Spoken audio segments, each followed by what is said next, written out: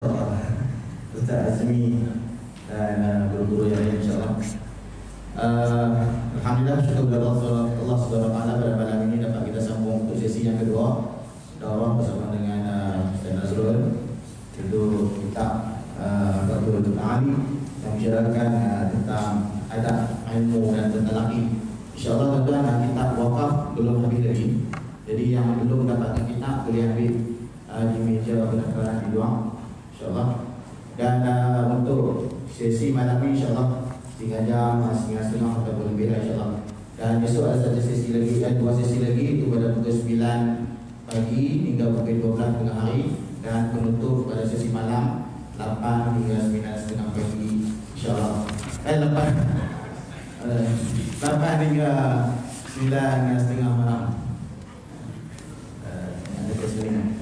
Jadi insyaAllah kan kita mengadakan tuan-tuan yang nak tumpang temui untuk makan pagi untuk rehat besok pukul 10.30.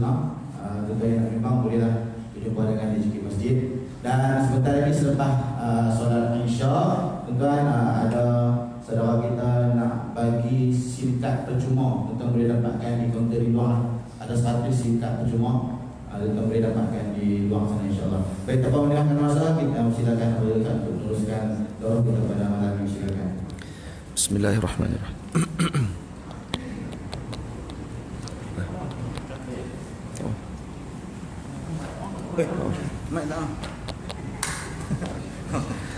Assalamualaikum warahmatullahi wabarakatuh. Alhamdulillahi rabbil alamin. Wassalatu wassalamu ala ashrafil mursalin Sayyidina wa nabiyina Muhammad ibn Abdullah Rasulil Amin wa ala alihi wa ashabihi wa man tabi'ahum bi ihsanin ila yaumiddin. Saya muliakan lagi saya kasihi Fadil Ustaz Tuan Imam. Saya muliakan lagi saya hormati, lagi saya cintai Fadil Tuan Guru kita Fadil Ustaz Halim Nasir yang hadir bersama dengan kita pada malam ini. Kemudian Ustaz Ali pada belakang. Ustaz Azmi. Oh. Mana lagi Ustaz Azmi? Ustaz Azmi. Oh, Ustaz Azmi. Ahlan wa sahlan Ustaz. Ramai tuan guru malam ni. Rasa cukup kot daurah kita malam ni. Baik. Hadirin semua, moga-moga Allah Ta'ala mengurniakan kepada kita himmah aliyah dan berikan kita semangat serta mengajarkan kepada kita bahawa al-ilmu rahimun baina ahli. Dengan ilmu itu berkasih sayang sesama ahlinya serta memberikan kepada kita semangat untuk terus menuntut ilmu, dan kerana dengan ilmu akan menjadikan kita orang-orang yang tawaduk dan merendah diri, dan kita dapat meniru akhlak para guru kita di dalam menuntut ilmu agama Allah Subhanahu Wa Taala, dalam mencari kebaikan dan juga memberikan kebaikan kepada umat Nabi Muhammad sallallahu alaihi wasallam. Tak lupa juga untuk kita sama-sama hadiahkan Al-Fatihah kepada isteri Al-Fadhil Ustaz Halim Nasir yang baru-baru ni kembali ke rahmatullah. Moga-moga Allah Ta'ala memuliakan beliau, mengurniakan syurga buat beliau dengan penyaksian daripada suaminya katakan bahawa isterinya orang yang baik. Itu sudah cukup untuk menempatkan seorang tadi di dalam syurga Allah Subhanahu Wa Ta'ala. Juga Al-Fatihah buat ayahanda saya yang tercinta yang juga wafat sebulan yang lalu, juga kepada Syekh Husni Ginting, sahabat saya yang meninggal pada pagi tadi di Besitang, Indonesia. Moga-moga Allah Ta'ala merahmati ruh mereka semua, ditempatkan mereka bersama dengan Sayyidina Rasul sallallahu alaihi wasallam bisirri asraril Fatihah. A'udzubillahi minasyaitonir rajim. Bismillahirrahmanirrahim. Alhamdulillahi rabbil alamin, arrahmanir rahim, maliki yaumiddin. Iyyaka na'budu wa iyyaka nasta'in. Ihdinas siratal mustaqim, siratal ladzina an'amta 'alaihim ghairil maghdubi 'alaihim waladdallin. Amin. Bismillahirrahmanirrahim. Kita masuk pada perbahasan Fathul Muta'ali fi adabil ilmi wat talaqqi. Fasal pada menyatakan tentang ikhlas kerana Allah Ta'ala ketika menuntut ilmu. Tadi kita dah bincang pada pagi tadi mukaddimah kita, kemudian fasal pada menyatakan tentang kelebihan ilmu dan ahlinya. Kemudian kita dah bincang tentang tamhid, perkara asas yang diperlukan penuntut ilmu pada muka surat yang ke-18. Dan kemudian malam ini kita akan bincang pada muka surat yang ke-20 bagi tulisan Jawi, bahasa Jawinya muka surat 20, bahasa Ruminya pada muka surat 21. Fasal pada menyatakan tentang ikhlas kerana Allah Ta'ala ketika menuntut ilmu. Ikhlaskanlah niatmu wahai saudara di dalam menuntut ilmunya yang mulia. Ada yang baru sampai malam ni, kita dah maklumkan bahawa kitab ini saya karang dalam bahar Rajas, mustaf'ilun, mustaf'ilun, mustaf'ilun.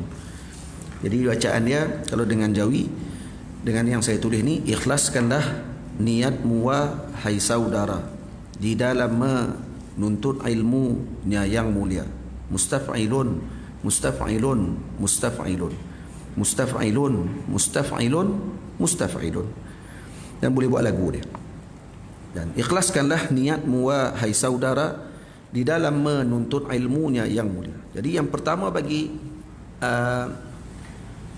rukun yang paling utama bagi seorang itu untuk menuntut ilmu agama Allah Subhanahu wa taala adalah ikhlas. Dan ikhlas ini adalah sesuatu yang sangat sukar dan sangat susah untuk didapatkan, sehingga kata sebahagian para ulama, antaranya Al-Imam Ibn Uyainah, kata beliau, ma'alajtu syai'an ashadda min niyati, kata beliau. Tidaklah aku paling susah, kata beliau, untuk aku mu'alajah ataupun untuk aku membaiki, melainkan pembaikanku terhadap niat yang aku ingin tuntut. Jadi niat adalah perkara yang paling susah untuk mu'alajah, untuk kita perbaiki. Maka kerana itu hadirkan niat kita ikhlas kerana Allah Subhanahu wa taala. Dan terkadang ini agar benda yang susah untuk kita dapatkan, khususnya bagi penuntut ilmu yang hadir, kemungkinan kerana dia hadir tengok dimuliakan ahli ilmu, orang yang berilmu dimuliakan oleh Allah, kedudukan ahli ilmu ditinggikan oleh Allah. Maka kadang-kadang ada di kalangan penuntut ilmu yang datang menuntut ilmu kerana nakkan kedudukan tersebut. Kerana itu perkara biasa yang akan dilalui oleh siapa pun. Kerana kita bukan malaikat Allah Subhanahu wa taala. Hatta Al-Imam Al-Ghazali radhiyallahu taala anhu menyebutkan bahawa nahnu talabna hadzal ilma li ghairillah fa aba an yakuna illa lillah. Kami menuntut ilmu agama Allah Ta'ala ini pada permulaannya bukan kerana Allah. Fa'aba an yakuna illa lillah. Dan Allah tidak berkehendak dengan perkara tersebut, melainkan dijadikan niat kami kerana Allah. Setelah itu, maknanya susah untuk nak ubah niat tadi. Tapi dengan berkatnya ilmu, Allah Ta'ala akan kembalikan orang tersebut kepada Allah Subhanahu wa Ta'ala. Saya dulu masa di kampung baru-baru ni, di daurah dekat dengan Zawiyah Nasiriyah di kampung saya, di pondok saya ada bacakan satu kisah kepada para penuntut ilmu yang datang, tentang kisah seorang lelaki yang disebut sebagai Sahibun Naqbi, orang yang masuk melalui lubang ketika mana peperangan. Ini dipanggil kisah yang ajaib yang disebutkan oleh Syekh Muhammad Awwamah hafizahullah ta'ala di dalam kitab Uyunul Akhbar, karangan Al-Imam Ibn Qutaybah. Saya bacakan kisah ni untuk kita semua ambil manfaat apa yang telah berlaku kepada ataupun disebut sebagai samaratul ikhlas. Apa kesannya ikhlas yang ditunjukkan oleh lelaki ini. Kita tengok sama-sama. Qala, kata Imam Ibn Qutaybah, hasara Maslamah bin Abdul Malik hisna. Maslamah ibnu Abdul Malik telah mengepung satu kota. Wa kana fi dhalikal hisni naqbun, ay fathatun fi haitih. Dekat tembok kota tersebut ada lubang. Yang orang nak boleh masuk ke dalam lubang tersebut untuk langkah masuk ke dalam kota pada waktu tersebut. Fanadaban nasa ila dukhulih. Kemudian dia minta untuk orang siapa-siapa yang boleh masuk melalui lubang tersebut untuk buka pintu bagi ketentera masuk. Ini perang ni. Jadi ada satu lubang, Kalau kata ada seorang masuk melalui lubang tersebut, pergi buka pintu kota besar, bahayalah. Sebab nak masuk dalam tu nanti akan bertemu dengan musuh. Dan boleh buka pintu kota, barulah tentera akan masuk melalui pintu kota tadi. Jadi Maslamah Ibnu Abdul Malik kata, masuk siapa yang nak masuk, dan dia arahkan masuk, tapi tak ada seorang. Fama daqalahu ahadun. Faja'a rajulun min 'urdil jaishi ay la yu'raf. Fadaqalahu fafataha Allahu 'alaihimul hisna. Apa yang berlaku? Tiba-tiba datang seorang lelaki daripada arah yang tak diketahui, terus masuk melalui lubang tadi. Lepas tu pakat duk tengok, tak tahu siapa dia. Dia masuk dan kemudian dia pun buka pintu kota, dan berjayalah tentera masuk, dan akhirnya berjaya ditawan negeri tersebut. Maka Maslamah Ibnu Abdul Malik, dia pun seru, siapa yang boleh bagi tahu kepada saya siapa yang masuk tadi. Nah, siapa yang masuk tu, sebab tak tahu. Tak tahu terus. Maka kata dia, fanada Maslamah, aina sahibun naqbi? Siapa orang yang masuk melalui lubang tu? Fama jaa ahadun. Tak ada seorang pun yang datang. Tak mengaku. Fanada inni qad amartul adhan aadhin bi idqalihi sa'ata ya'ti. Dan kata dia, saya dah arahkan kepada orang yang akan jaga pintu bilik saya ataupun pintu kemah saya untuk dia datang, kalau nak jumpa datanglah bila waktu pun. Bagi tahu kepada tuan jaga pintu tu, kata saya nak jumpa dengan Maslamah. Saya akan dia dah bagi izin dah. Dan kemudian faja'a rajulun ilal adhin. Tak lama kemudian datang lelaki tersebut kepada Maslamah. Maslamah ni siapa ni? Governor lah, governor besar bagi peperangan ni. Faqala ista'zan li 'ala al-amir. Minta izin untuk saya masuk kepada general. Governor pada general. Saya nak masuk bertemu dengan general. Boleh kata pun tidak? Faqala lahu anta sahibun naqbi. Orang tu tanyalah, duduk depan pintu tu, kamukah orang yang masuk melalui lubang tu? Qala ana ukhbirukum anhu. Saya datang ni nak bagi tahu tentang dia lah. Tentang sahibun naqbi itulah, tukang yang masuk tu, saya ni main nak bagi tahu pasal dia. Maka diizinkan masuk. Maka bila mana masuk, fa'adhina lahu faqala ar-rajulu li Maslamah. Laki tu pun kata kepada Maslamah, inna sahiban naqbi ya'khudhu 'alaikum salasa. Orang yang masuk tadi, pada jumpa dengan general duduk depan, bukan, dia kata orang yang masuk tu melalui lubang tadi, dia letakkan 3 syarat. Syarat yang pertama, alla tusawwidu ismah. Alla tusawwidu ismah, jangan ditulis nama dia, ai la taktubu ismahu bil midadil aswad fi sahifatin ila al khalifah. Maksud jangan kamu tulis nama dia hantar kepada khalifah. Orang zaman dulu kalau nak pergi perang, dia ada dewan, dipanggil dewan al-jaish, ataupun senarai nama tentera yang mengikuti peperangan, ditulis nama seorang 1, 2, 3, 4, 5. Itu akan diletakkan dalam sejarah. Itu makruf dalam sejarah. Sekarang ni mungkin kot kalau orang nak pergi perang, dia akan tulis dulu nama dia dan sebagainya untuk dicatat dalam sejarah bahawa mereka pernah terlibat dalam peperangan tersebut. Kalau kita tengok cerita orang putih yang dilakonkan oleh Keanu Reeves, ada seorang Mak Saleh ni, dia berlakon cerita Ronin 47. Pernah tengok? Cerita samurai. Ada 47 orang tentera samurai yang berjanji untuk lawan dengan raja yang zalim pada waktu tersebut. Maka 47 orang ni pakat catat nama mereka. Ni nama tu disimpan dalam sejarah. Tak tahu betul ke tak cerita tu, wallahu alam lah. Cuma tu dimaksudkan dengan mencatat nama mereka. Maka dia kata yang pertama, syarat dia jangan hantar nama dia. Kawan ni mas kata. Yang kedua, wala ta'muru lahu bi syai'in ay minal mal. Jangan bagi duit dekat dia. Itu yang kedua. Dia letak syarat tu. Yang ketiga, wala tas'aluhu mimman huwa. Dan yang ketiga, jangan tanya dia siapa dia. Itu yang ketiga. Kemudian qala Maslamah, fadzalika lahu. Baik, saya janji akan tunaikan syarat 3 tersebut. Maka kata lelaki itu, qala ar-rajul anahu. Saya adalah orang tu. Dia letak syarat dulu. Yang pertama, jangan hantar nama dia dekat khalifah. Yang kedua, jangan bagi duit dekat dia ataupun bagi gaji dekat dia kerana dia berjaya buka pintu kota. Yang ketiga, jangan tanya dia siapa dia. Bila Maslamah tanya, baik, saya janji saya akan tunaikan syarat-syarat tersebut. Maka kata lelaki ini, anahu, saya orang tu. Fakana Maslamah ba'da al-hadithah la yusalli salatan illa qala Allahumma ja'alni ma'a sahibin naqbi. Dan lepas tu Maslamah Ibn Abdul Malik, setiap kali dia berdoa, dia akan doa, ya Allah, jadikan aku bersama dengan sahibin naqbi. Jadikan aku bersama dengan orang yang masuk melalui lubang. Nak kata ikhlasnya tuan-tuan dia ni, sampai Maslamah pun tak tahu nama dia apa. Sampai doa pun Allahumma ja'alni ma'a sahibin naqbi, tu saja. Sebab dia habaq dia, jangan tanya nama dia siapa dia. Ajaib. Ini ikhlas yang sangat ajaib, kerana sampai sekarang kita pun tak tahu siapa dia nama dia. Kalau tuan-tuan tanya siapa dia tak tahu, ni tak tahu. Sampai macam tu sekali ikhlas. Ikhlas dia sampai sekarang kita pun tak tahu siapa dia yang masuk melalui lubang tadi. Yang tahu siapa dia? Maslamah seorang saja. Tahu pun muka saja. Dia tak tahu nama. Dia tak tanya ke orang apa semua. Mana nak kira? Cerita sangat tu ya. Nah, cerita dia nak beritahu kata dia memang tak tahu kerana apa? Kerana dia dah janji dia tak akan tanya ke orang siapa nama dia tu. Ini dalil orang ni pegang betul dengan janji. Kan dia sebut kata jangan tanya siapa dia. Jadi dia tak akan tanya kat siapa-siapa pun.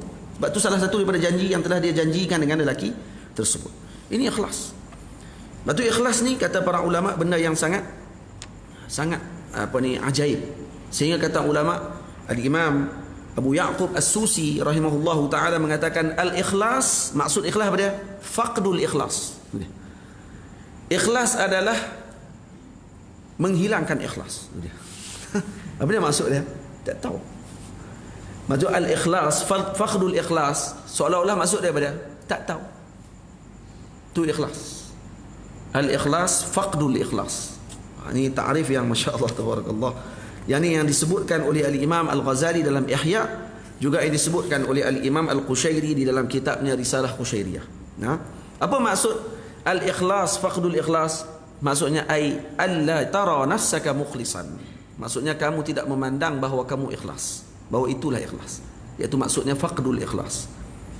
Wa akhiruha al-ikhlas. Nah, dan yang lain bagi makna ikhlas, wa akharuha, nah, makna bagi ikhlas dawamul muraqabah wa nisyanul hududhi kulliha. Maksudnya kita sentiasa bermuraqabah, memandang bahawa Allah memandang apa yang kita lakukan dan melupakan apa sahaja lintasan yang ada pada ketika tersebut. Apa yang kita buat, kita pandang Allah Ta'ala muraqabah, melihat apa yang kita lakukan, dan kemudian kita lupakan segala apa yang terlintas dalam hati kita, ataupun apa-apa yang kita inginkan, kita lupakan semuanya. Ini al-ikhlas. Nampak tuan-tuan? Jadi perkataan ikhlas ni berat kalau kita nak syarah. Yang ni saja disyarahkan oleh Syekh Muhammad Awwamah hafizahullah taala hampir berapa puluh muka surat hanya berkenaan dengan ikhlas saja. Nah, jadi ikhlas ni benda yang sukar.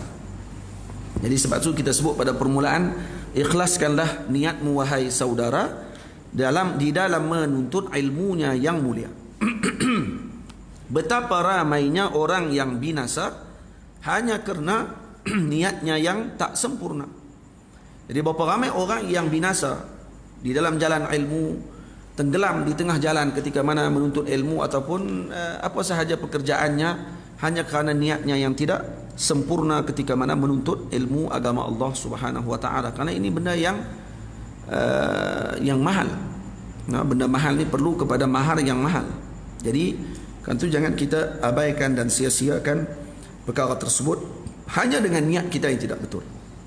Kerana itu kata para ulama, seorang penuntut ilmu yang menuntut tidak ikhlas kerana Allah Ta'ala akan dibalakkannya dengan beberapa perkara. Yang pertama, dimatikannya ketika muda. Yang kedua, kalau dia panjang umur, dia akan dihidupkan dan kemudian dia akan tinggal bersama dengan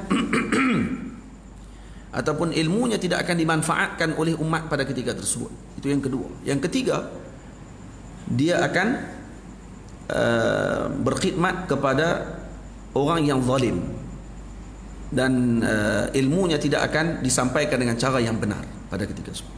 Faham tak? Itu maksudnya. Jadi moga-moga Allah Ta'ala kurniakan kita ikhlas. Amin ya rabbal alamin. Amin. Awak tak pernah derah amin tu. Ya. Tu macam tu baru betul. Orang Indonesia tuan-tuan, kalau kata tok guru dia cakap kata moga-moga saja amin terus, tak ada habis doa lagi. Nah, walaupun tok guru dia lagi moga-moga ditambah 2. Kan? Amin dulu. Tapi yang penting ada moga-moga kat depan. Kita orang Melayu moga-moga dia duk. Dia segan, nah. Segan, dia malu, dia tak tahulah apa dia, kita pun tak tahu, dia fikir apa kita pun tak tahu. Baik. Biarlah bila orang berebut tak macam tu. Lepas kena tengok 2 kali, kan?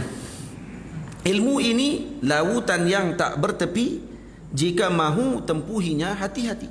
Jadi ilmu ni lautan yang tak bertepi. Maka kalau kita nak tempuhi lautan tersebut, kena kita hati-hati. Ni ilmu ni benda yang luas, yang dalam, yang macam-macam di dalamnya. Terdapat permata, ada yang terdapat benda yang tidak elok di dalam lautan tersebut. Maka kena tempuhi hati-hati, dan perlu dengan kemudi dan tukang kemudinya yang berpengalaman. Maksudnya kita dibimbing oleh guru dan juga dibimbing oleh murabbi ataupun pendidik yang telah mendidik jiwa kita, insya-Allah taala. Jika tak cermati akan kemudinya, bimbang, tersesat dan karam di tengahnya. Kalau kita tak cermati kemudi kapal kita tersebut, ini dipanggil masal, ataupun bukan masal, ini dipanggil tashbih ataupun kinayah, minta maaf, kinayah kepada sukarnya dalam menuntut ilmu ni penuh dengan perkara yang tidak senang untuk kita dapatkan hasilnya. Tamam? Itu. Sementara kita nak sampai ke tepi pantai, berehat bersama dengan para anbiya alaihi wassalatu wassalam yang telah sampai di tepi pantai, maka perlu untuk kita lalui dengan penuh hati-hati terlebih dahulu. Karena itu Al-Imam Abdul Wahab Sya'rani ketika mensyarahkan kalam Al-Imam Yazid Al-Bustami rahimahullahu ta'ala, kata Sayyidina Yazid, kata beliau, kami para awliya Allah Ta'ala ini sibuk di tengah lautan, sedang para anbiya berehat di tepi pantai. Ini dia punya ucapan dia. Kami para awliya sibuk berlayar di tengah lautan, sedang para anbiya berehat di tepi pantai. Ada orang bila dengar kalam ni, dia kata, tengok biadabnya Abu Yazid, kerana mengatakan para anbiya rehat, dia yang letih. Padahal kamu yang tak letih. Kamu yang tak faham kalam dia. Al-Imam Abdul Wahab Sya'rani mensyarahkan kembali kalam para awliya yang dipandang seakan-akan ni dipanggil syatahatil awliya, dipanggil. Syatahat ni apa dia maksud dia? Syatahatil awliya maksudnya latahan para wali, dipanggil. Dia ada wali pun dia ada latah juga, tapi melatah dia tu kadang ucapan dia silap dipaham oleh orang lain. Contoh seperti yang disebutkan oleh Sayyidina Abu Yazid Al-Bustami, kata beliau, subhani subhani, kata dia, maha suci aku, maha suci aku. Macam mana? Kalau kita dengar, kita kata, hai, sakan ni dia mengaku dia Tuhan ke? Tak. Kalau kita ambil dalam hadis Nabi SAW, dalam hadis Nabi SAW sendiri, Nabi mengatakan, siapa yang mendekatkan diri kepada aku dengan nawafil, apa yang Allah Ta'ala kata dalam hadis, kuntu sam'ahu alladhi yasma'u bihi, wa basarahu alladhi yubsiru bihi, wa yadahu allati yabtishu biha, wa rijlahu allati yamshi biha. Dalam sebahagian riwayat lagi, kuntuhu, nampak tak? Dia kata, tanganku, mata dia yang dia lihat, mulut dia yang dia cakap, lidah dia yang tangan dia yang dia gerakkan, kaki dia yang dia berjalan. Itu apa dia maksud dia? Maksud dia, apa yang dimaksudkan oleh Sayyidina Abu Yazid Al-Bustami dengan subhani subhani, maha suci aku, tadi bukan dimaksudkan dengan diri dia, tapi yang dipandang adalah kepada Allah Subhanahu wa ta'ala. Seperti mana yang Allah Ta'ala sebutkan dalam hadis tadi, bahawa akulah kakinya yang dia berjalan. Maksudnya Allah Ta'ala jadi kaki? Lah, bukan tu maksud dia. Maksudnya Allah yang akan bimbing kalam tersebut.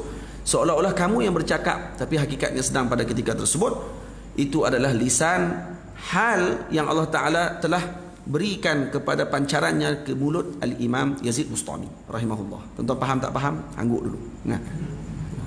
Kemudian tuan-tuan, bila mana Imam Yazid Bustami dia kata macam tu, dia kata kami para wali duduk di tengah lautan, sibuk di tengah lautan, berjuang bermujahadah. Para anbiya telah rehat di tepi pantai. Sedang para aulia, anbiya, para nabi berehat di tepi pantai. Kata Imam Abdul Wahab Sya'rani, ini dalil menunjukkan bahawa beliau mengiktiraf para wali. Bukan beliau mengatakan yang tidak baik mengiktiraf para nabi.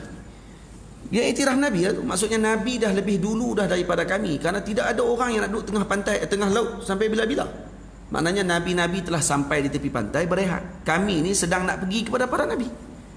Kami tengah duduk belayar ni, nak pergi ke mana? Nak pergi kepada Nabi-Nabi alaihi wassalatu wassalam. Maka kami sedang sibuk dan para anbiya telah sampai pada tempatnya. Itu yang dimaksudkan oleh beliau. Tapi orang yang tak mau faham, dia akan kata kalam para wali ni sebahagiannya adalah kalam-kalam yang bercanggah dengan syarak dan sebagainya, sedang kamu yang tidak faham. Itu maksudnya. Baik.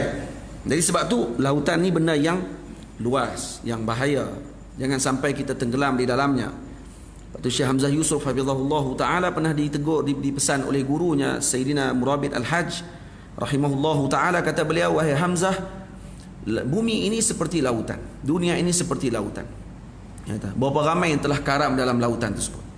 Kemudian dia kata apa kepada anak murid dia ni? Don't drown, dia kata dia. Jangan kamu tenggelam. Cara cakap orang putih lagi malam ni lah. Kata, jangan kamu tenggelam dalam lautan tersebut. Betul ke tidak, tak tahulah. Betul tak Ustaz? Cara tu. Ustaz Alim pandai orang putih. Jadi saya kena tanya dia lah. Dia tak tahu nak arti je tu. Boleh sebut je lah. Okay. Jangan tenggelam, kata dia. Perkataan tu, kata Syekh Hamzah, ini menitiskan air mata saya, kata dia. Kalam yang sangat dalam pada waktu tersebut. Lepas tu kalau kita tuntut ilmu kerana dunia, ketika sampai dengan dunia kepada kita, kita akan berhenti dengan ilmu. Na'udzubillah min dzalik. Tapi kalau orang tuntut ilmu bukan kerana dunia, datang dunia kepada dia pun dia tetap dengan ilmu. Maulana Abu Yazid Muhammad Alawi Al-Maliki rahimahullahu taala, satu hari diceritakan, ni seorang ustaz cerita dekat saya. Dia kata kisah ni kisah yang sangat memberi kesan pada diri dia. Ni kisah ni musalsal, saya ambil dengan ustaz ni ambil dengan Kiai Ihya Ulumuddin.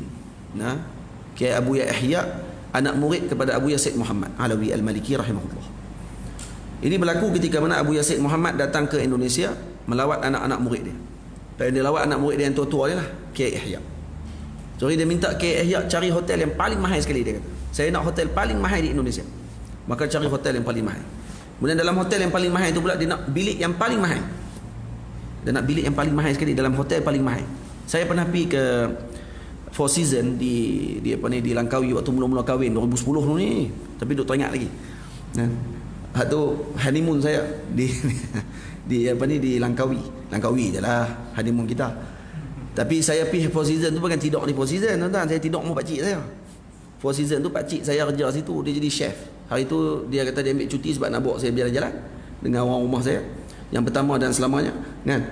Dan apa ni dia bawa saya tu pergi ke hotel dia untuk nak jamu makan sebab dia chef, jadi boleh dapat diskaun 70%. Dapat diskaun 70%. Jadi harga yang contohnya sampai 1,000 jadi berapa? 300. Lebih kurang tu lah. Jadi 1,000 jadi 300. Pizza dia pun dah tak ada dah harga. Tapi dia main jamu tu, dia cerita kat saya, bilik ni 6,000 semalam. Tu dia habaq je lah, nak tidur tak boleh lah. Saya pun tidur rumah dia dengan free. Dia habaq ni bilik ni 6,000, bilik ni dia kata ni kalau artis-artis Hollywood main, macam Elijah Wood, dia kata Elijah Wood yang berlakon cerita tu, apa ni Harry Potter bukan dia, Lord of the Ring, hak jadi tu dia yang pendek tu, dia tambah orang panggil tu budak tu, hak dia pegang cincin tu, Lord of the Ring hak pegang cincin tu, dia Elijah Wood tu lah. Dia bukan pendek pun, dia tinggi. Bila cerita tu dia buat je dia pendek. Dia main ke tempat tu, dia kata duduk bilik-bilik macam tu lah, semalam 6,000 gitu. Kata tu kira mahal lah tu bilik tu Four Seasons. Baik, saya nak cerita ni Abu Yazid Muhammad. Abu Yazid Muhammad kata saya nak bilik paling mahal. Malam tu ketika duduk dalam bilik paling mahal tadi, Kiai Ihya sonok lah. Dia kata mana pernah masuk bilik macam ni. Abu Yazid Muhammad kaya. Bila masuk je terus kawan pun nak baring atas katil. Abu Yazid masuk kata, jangan. Tidur bawah. So tidur bawah. Bilik mahal tidur atas lantai. Dia pun tidur atas lantai. Tak bantai, tidur atas lantai. Abu Yazid Muhammad ambil bantai sebelah lagi letak tepi dia. Abu Yazid pun tidur atas lantai juga. Tuan-tuan tahu apa yang dia kata kepada anak murid dia? Dia kata, wahai Ihya, saya nak pesan kepada kamu, dia kata. Ini pengajaran penting untuk kamu malam ni. Yang pertama, nanti kamu akan didatangi dengan dunia. Ketika datangnya dunia yang macam ni, kena ingat kita tetap di bawah, kata dia. Allah. Ayat tu dia kata menitih air mata, dan ketika sungguh apa yang disebutkan oleh gurunya tadi, sungguh setelahnya datang dunia kepada dia. Tapi dia tetap dengan diri dia.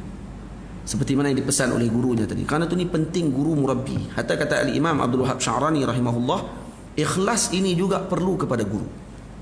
Ikhlas ini perlu kepada bimbingan. Ikhlas bukan boleh baca buku sendiri. Kita baca buku 400 buku pun tentang ikhlas. Kalau tidak dibimbing, kita tak akan ikhlas. Ikhlas ni perlu teguran. Ikhlas ni perlu kepada bimbingan. Ikhlas perlu kepada pegangan tangan daripada guru yang ikhlas, yang akan menurunkan ikhlas tadi kepada muridnya. Kerana ikhlas ini adalah musalsal. Ikhlas ini adalah sambungan.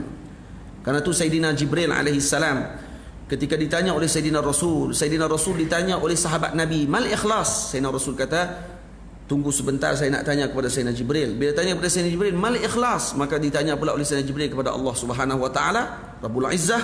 Maka Allah Taala kata, "Al-ikhlas sirrun min asrari." Ikhlas adalah rahsia-rahsiaku. Itu habis ikhlas. Maknanya sir ikhlas ini sir faqdul ikhlas. Habis. Maka diwarisi kepada Sayyidina Jibril, diwarisi kepada Sayyidina Rasul, diwarisi kepada para sahabat, diwarisi kepada tabi'in, diwarisi sampai kepada generasi ulama. Ulama yang ikhlas pula mewarisi kepada para muridnya, dan akan keluar murid-murid yang ikhlas daripada ulama yang ikhlas. Karena ikhlas ni warisan. Karena itu Al-Imam Abdul Wahab Sya'rani kata, "Al-ikhlas labudda min wujudi man rabba an-nas fihi." Maksudnya mesti ada murabbi yang mendidik kita dengan ikhlas tersebut. Yang tu. Kalau tidak kita akan jadi gelong. Tak tahu nak pergi ke mana.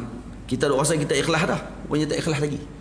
Kerana ikhlas ni lupakan ikhlas. Ikhlas ini melupakan keikhlasan tersebut. Dan bila du ingat lagi, lupakan lagi. Lagi dalam lagi ikhlas. Itu maksud ikhlas. Hai saudara, hadirkanlah niatmu, tuntut ilmu, cari redha Tuhan. Wahai saudara, hadirkanlah niatmu. Untuk apa? Untuk kita tuntut ilmu, mencari redha Allah Subhanahu wa taala. Ini saya senaraikan apa niat yang perlu kita hadirkan ketika menuntut ilmu. Yang pertama apa dia? Untuk kita cari redha Allah Subhanahu wa taala. Niatkanlah agar kejahilanmu hilang berkat ikhlas niat sucimu. Itu yang kedua. Yaitu kita niatkan agar kejahilan kita dihilangkan berkat ikhlas menuntut ilmu kerana Allah Ta'ala. Jadi yang tadi, yang pertama nak cari redha Allah. Yang kedua nak hilangkan kejahilan bagi diri kita. Macam mana nak hilangkan perkara tersebut? Dengan berkatnya ikhlas. Kerana Allah Subhanahu wa taala. Jadi jahil ni benda yang berat, tuan-tuan. Jahil satu-satunya perkara yang tak akan terbakar dalam neraka. Betul? Banyak benda terbakar dalam neraka, dosa terbakar, jahil tak? Ada seorang lelaki keluar yang terakhir daripada neraka. Seorang lelaki yang terakhir keluar, kata Nabi, "Aku kenal orang yang terakhir keluar daripada neraka," kata Rasulullah. Dan moga-moga tu bukan orang kita. Amin. Bukan kita lah, bukan orang kita. Ya, kita tu bukan dia orang tu. Amin. Tak pun nak amin juga kan? Baik, amin. Amin dah tak ni. Jadi tuan-tuan, diceritakan lelaki ini dalam Syama'il, disebut dalam Syama'il. Lelaki ini keluar daripada neraka dalam keadaan merangkak. Merangkak keluar. Bila dia keluar ni, dia paling terakhir sekali. Maksudnya tak ada orang lain. Last. Yang ada dalam tu semua orang bukan ni, bukan Islam je. Yang tidak mengucap syahadah. Ini yang mengucap syahadah ni ada iman misqala zarratin, walaupun sebesar zarrah. Ada juga lelaki dia keluar. Bila keluar, malaikat pun jemput dia masuk dalam syurga. Bila dia masuk, dia tengok semua orang ada syurga, ada rumah siap dah. Kata, semua orang ada rumah. Saya seorang yang tak ada ni. Ni nak buat jahil ni. Kalau kita mengaji di dunia dulu, masuk dalam syurga, ma la ainun ra'at wala uzunun sami'at wala uzunun sami'at wala qatara ala qalbi bashar. Kita tak boleh tergambar macam mana syurga Allah Taala. Dan syurga ni dengan niat dalam kepala otak kita aja mai terus apa yang kita niatkan. Betul tidak? Itu yang kita mengaji. Dia ni maksudnya kelas tauhid pun tak nak mai. Dia tak nak mai langsung, tak pernah dengar. Dia kerja dia pergi Tesco, IKEA, Design Village kan. Kok tu dia dulu. Dia kerja duk tu aja, dia pergi kok tu. Dia tak pernah pergi surau, masjid, jumpa tok guru duk mengajar, tak ada. Tak mau. Ini jahil, kira bukan murakab, dia tak tahu nak kata apa tu ni. Jadi dia pun bila tengok syurga, semua orang ada rumah, aku seorang tak ada ni. Keluar balik. Mana ada orang nak keluar pada syurga? Dia keluar balik, dia pun kata, "Ya Rabbi, wahai Allah, wahai Tuhanku." Semua orang ada rumah, saya seorang yang tak ada. Maka Allah Ta'ala kata, "Tamanna." Baik, kamu niatkan apa yang kamu inginkan di dunia dulu. Rumah mana yang kamu nak di dunia dulu. Inginkan, niatkan. Maka dia pun berniat. Maka Allah Ta'ala kata, "Saya bagi kepada kamu apa yang kamu niatkan, dan asyru adha'afid dunia." 10 kali ganda dunia. 10 kali ganda dunia, tuan-tuan, bukan 10 relung. 10 kali ganda dunia. Kita dapat 10 relung peri pun bergulin kan. 10 relung tu kalau kata dapat contoh merebuk ni kita punya. Contoh merebuk kita punya. Tanah merebuk ni tak ada seinci melainkan kita punya geran nama kita. Siapa nak duduk sini kena pergi beli dengan kita. Macam mana orang tu tuan-tuan? Agak-agak. Bukan kaya gila tambah belakang lagi. Tu cukup lah. Tu tuan-tuan tambah ni je lah. Tak maulah sebut dalam ni. Ha. Kaya sungguh. Habis. Ni Allah Ta'ala kata bagi 10 kali ganda dunia. Dunia tu tak tengok besar mana. Hak tanah sekarang kera tu, kera pun tension sebab apa dia kena guna sebagai misal. Dia tak nak duk berebut pun dia kata, tapi guna nama dia juga sekarang kera. Tu pun berebut adik-beradik. Berkeli tak ada dah. Tidak. Ni Allah Ta'ala kata 10 kali ganda dunia aku bagi dengan hak niat-niat sekali aku bagi. Apa kata lelaki ni? Ha? Dia kata tasqaru bi wa anta malik. Dia kata tentang hang Tuhan hang main dengan aku, dia kata no. Tentang hang Tuhan hang pemain aku, dia kata. Maka ni kata Nabi SAW dalam hadis yang disebut wa dhahikan Nabi SAW hatta badat nawajizuh. Nabi tergelak sampai nampak gigi geraham. Kerana kagum ataupun Nabi rasa pelik dengan sikap orang ni sampai macam tu sekali. Dia boleh kata dekat Allah Ta'ala tasqaru bi wa anta malik. Tentang kamu Tuhan, kamu pemain aku, dia kata. Masuk syurga, no? Masuk syurga Allah Ta'ala. Kenapa dia keluar balik, tuan-tuan? Kerana masa dia masuk dia tak tahu. Dia jahil bahawa syurga ni tempat didapatkan semua nikmat. Dia keluar balik untuk dihilangkan jahil dia. Maka dia minta kepada Allah, Allah Ta'ala bagi kepada dia masa baru tu dia tahu. Dan dia masuk dalam keadaan ada ilmu pada waktu tersebut. Ini bukti kata jahil tidak terbakar dalam neraka. Faham? Maksud dia keluar tu tak tahu tu tak terbakar. Duk jahil tu. Ada satu lagi cara baca hadis ni. Saya lebih suka baca cara yang kedua. Cara pertama tu beda orang nak gelak. Cara kedua ni yang saya suka baca kalau kita nak baca. Kalau tuan-tuan nak baca ke orang, baca cara yang kedua. Cara dia macam mana? Bila dia keluar, dia kata macam tu kepada Allah Ta'ala. Allah Ta'ala kata, aku bagi kepada kamu apa yang kamu niat. Dan 10 kali ganda dunia. Kemudian dia jawab, atasqaru bi wa anta malik. Itu cara baca yang kedua. Cara baca yang pertama tadi, atasqaru bi wa anta malik, kan ada dah beza. Kamu main-main dengan aku tentang kamu Tuhan. Itu satu cara baca. Cara yang kedua, atasqaru bi wa anta malik. Ya Allah, kamu Tuhan, ya Allah. Kamu berhak untuk hina aku kerana aku ni orang yang jahil, ya Allah. Kalau baca yang kedua ni, maka ini bacaan sufi. Para ulama sufi membaca dengan bacaan kedua. Maknanya hamba ini keluar dalam keadaan mengaku i'tiraf bahawa dia jahil, dan kemudian dia dimasukkan oleh Allah Ta'ala dalam syurga dalam keadaan alim. Kerana ahli syurga semuanya alim. Kalau kita masuk syurga, kita ni alim. Nah, dialimkan oleh Allah Ta'ala.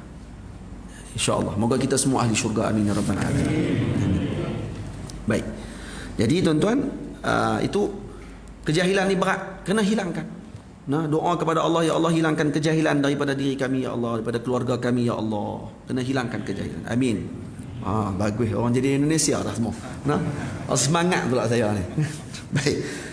Juga kejahilan umat dihilangkan bukan niat tunjuk pandai pada teman. Yang ketiga, ini niat yang ketiga. Niat yang ketiga, hilangkan kejahilan bagi umat Nabi Muhammad sallallahu alaihi wasallam. Kita mengaji agar umat dihilangkan kejahilan. Bukan niat untuk kita tunjuk pandai pada teman.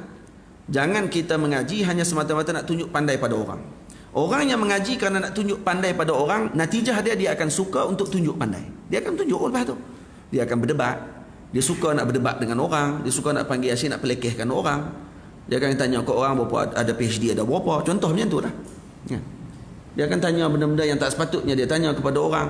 Maka ini adalah sifat bagi orang-orang yang sombong ketika mana menuntut ilmu agama Allah Subhanahu wa ta'ala. Moga kita dijauhkan daripada sifat sombong. Amin. Pesan Imam Az-Zarnuji yang mulia, niat tuntut ilmu hidupkan agama. Ini Imam Zarnuji pesan dalam kitabnya Ta'limul Muta'allim Tariqat Ta'allum. Kata Imam Zarnuji rahimahullah, niatlah tuntut ilmu tadi untuk hidupkan agama. Jadi itu niat dia. Kita nak menuntut ilmu ni kerana apa? Nak hidupkan agama Allah Subhanahu wa ta'ala. Nanti kita akan masuk dalam bab nanti, baru kita akan tengok macam mana para ulama dulu belajar, macam mana mereka susun perjalanan kehidupan mereka untuk menjadi seorang alim dan sebagainya. Maka kita akan tahu bahawa ini tidak lain dan tidak bukan hanya semata-mata untuk mempertahankan agama Allah Subhanahu wa ta'ala. Karena agama dipertahankan dengan ilmu. Agama bukan dipertahankan dengan sesuatu yang lain daripada ilmu. Ilmu sahaja jalan yang paling utama untuk mempertahankan agama Allah Ta'ala. Tentang? Karena jahil tidak akan mampu mempertahankan agama. Malah jahil akan meruntuhkan agama. Karena itu saya sebut dengan sini, agama tak akan dapat dipertahan dengan jahil, bahkan ia meruntuhkan. Agama tak akan dapat dipertahan dengan kejahilan. Agama dipertahankan dengan ilmu. Malah si jahil akan meruntuhkan agama dan dia akan menjadi fitnah kepada agama Allah Ta'ala. Karena itu Maulana Syekh Azhar Al-Syarif Syekh Ahmad Tayyib hafizahullah taala pernah keluarkan fatwa yang mengejutkan dunia satu ketika dulu, lebih kurang dalam setahun yang lepas ataupun 2 tahun yang lepas. Dan kali ini saya tanya sendiri kepada Syekh Ahmad Mamduh hafizahullah, ahli majlis fatwa Mesir, guru saya, tentang fatwa Syekh Ahmad Tayyib ketika disoal tentang orang-orang yang tidak Islam di negara-negara barat. Adakah mereka masih boleh dikira sebagai ahli fatrah? Maksudnya orang yang nanti akan dimaafkan di akhirat kerana mereka dikatakan tidak sampai dakwah kepada mereka. Boleh tak dikira macam tu? Kata Syekh Ahmad Tayyib, ya, boleh. Terkejut orang. Macam mana boleh kata macam tu? Sedangkan ni wasailul i'lam, iaitu media masa, soal khabar, buku-buku, cetakan yang banyak tentang agama, takkan tak dibaca. Kata dia, itu tidak menjadi orang panggil menjadi bukti kata akan sampai kepada mereka yang betul. Kerana terlalu banyaknya perkara tersebut, ada yang sampai yang betul, ada yang tidak betul. Dan akhirnya kalau dia dapat yang tak betul pada permulaan, sedangkan dia nak cari tapi dapat yang tak betul. Maka kata Syekh Ahmad Tayyib hafizahullah taala, kata beliau, bagi pandangan dia itu ijtihadnya beliau. Walaupun sebagian ulama menolak pandangan tersebut, tapi dia kata ijtihadnya, kata mereka masih dikira sebagai ahli fatrah. Sampai macam tu sekali. Kenapa? Kerana tak sampai yang betul. Itu Maulana Syekh Ali Jumaah hafizahullah, mufti Mesir, mengatakan bahawa guru kita mengatakan perlu disampaikan agama ini dengan surah lafitah lin nazar. Maksudnya yang menyebabkan pandangan mata manusia ini memandang kepada keindahan Islam tersebut. Karena yang sampai kadang-kadang kepada yang bukan Islam, bukannya surah Islam lafitah lin nazar, yakni yang memalingkan wajah kita memandang kepada surah Islam yang benar, tapi akhirnya melihat kepada muslimin. Sebab tu kata Maulana Syekh Ali, satu kesilapan dalam pemikiran umat sekarang ni melihat golongan tasawuf yang beramal dengan tasawuf dan kemudian melihat dibandingkan dia dengan tasawuf. Melihat golongan muslimin dibandingkan dia dengan Islam. Dia menganggap kata inilah Islam. Padahal itu sebahagian daripada muslimin yang berakhlak dengan tidak baik dikatakan inilah Islam. Dilihat dengan orang tasawuf yang sebahagiannya beramal dengan tidak betul, dikatakan inilah tasawuf. Padahal itu bukan yang diajarkan dalam tasawuf. Yang bawa fitnah tadi sebahagian di kalangan mereka. Jadi sebab tu nak kena maklumkan balik, nak kena terangkan balik, mau tak mau kita kena belajar sungguh-sungguh untuk jadi duta-duta dalam agama Allah Ta'ala, sehingga Islam ini dipandang dengan pandangan yang kekaguman. Umat memandang dengan kagum seperti mana umat memandang Sayyidina Rasul sallallahu alaihi wasallam. Faham tuan-tuan yang dirahmati Allah? Itu maksudnya. Juga buat kekal agama yang mulia bukan hanya dengan semangat semata. Jadi bukan kekal agama yang mulia ini dengan semangat semata-mata. Kalau semangat sahaja tapi tidak belajar dengan para guru, semangat sahaja tapi tidak datang ke majlis para ulama, maka tidak guna semangat tersebut. Kalau tidak disalurkan dengan perkara yang tepat, yang betul, maka perlu untuk didapatkan bimbingan untuk kita nak mempertahankan agama Allah Subhanahu wa taala. Mau tidak mau perlu dengan ilmu, perlu dengan mengikuti apa yang telah disarankan oleh para ulama. Di sini azan dulu kan? Betul. Jalan tu. Baik. Kita sampai 9. Sampai 9.30. Okey. Jalan terus boleh kan? Boleh. Kita ikut tu imam. Tu imam kata macam tu, kira ni lesen besar dia panggil. Lesen A dia panggil.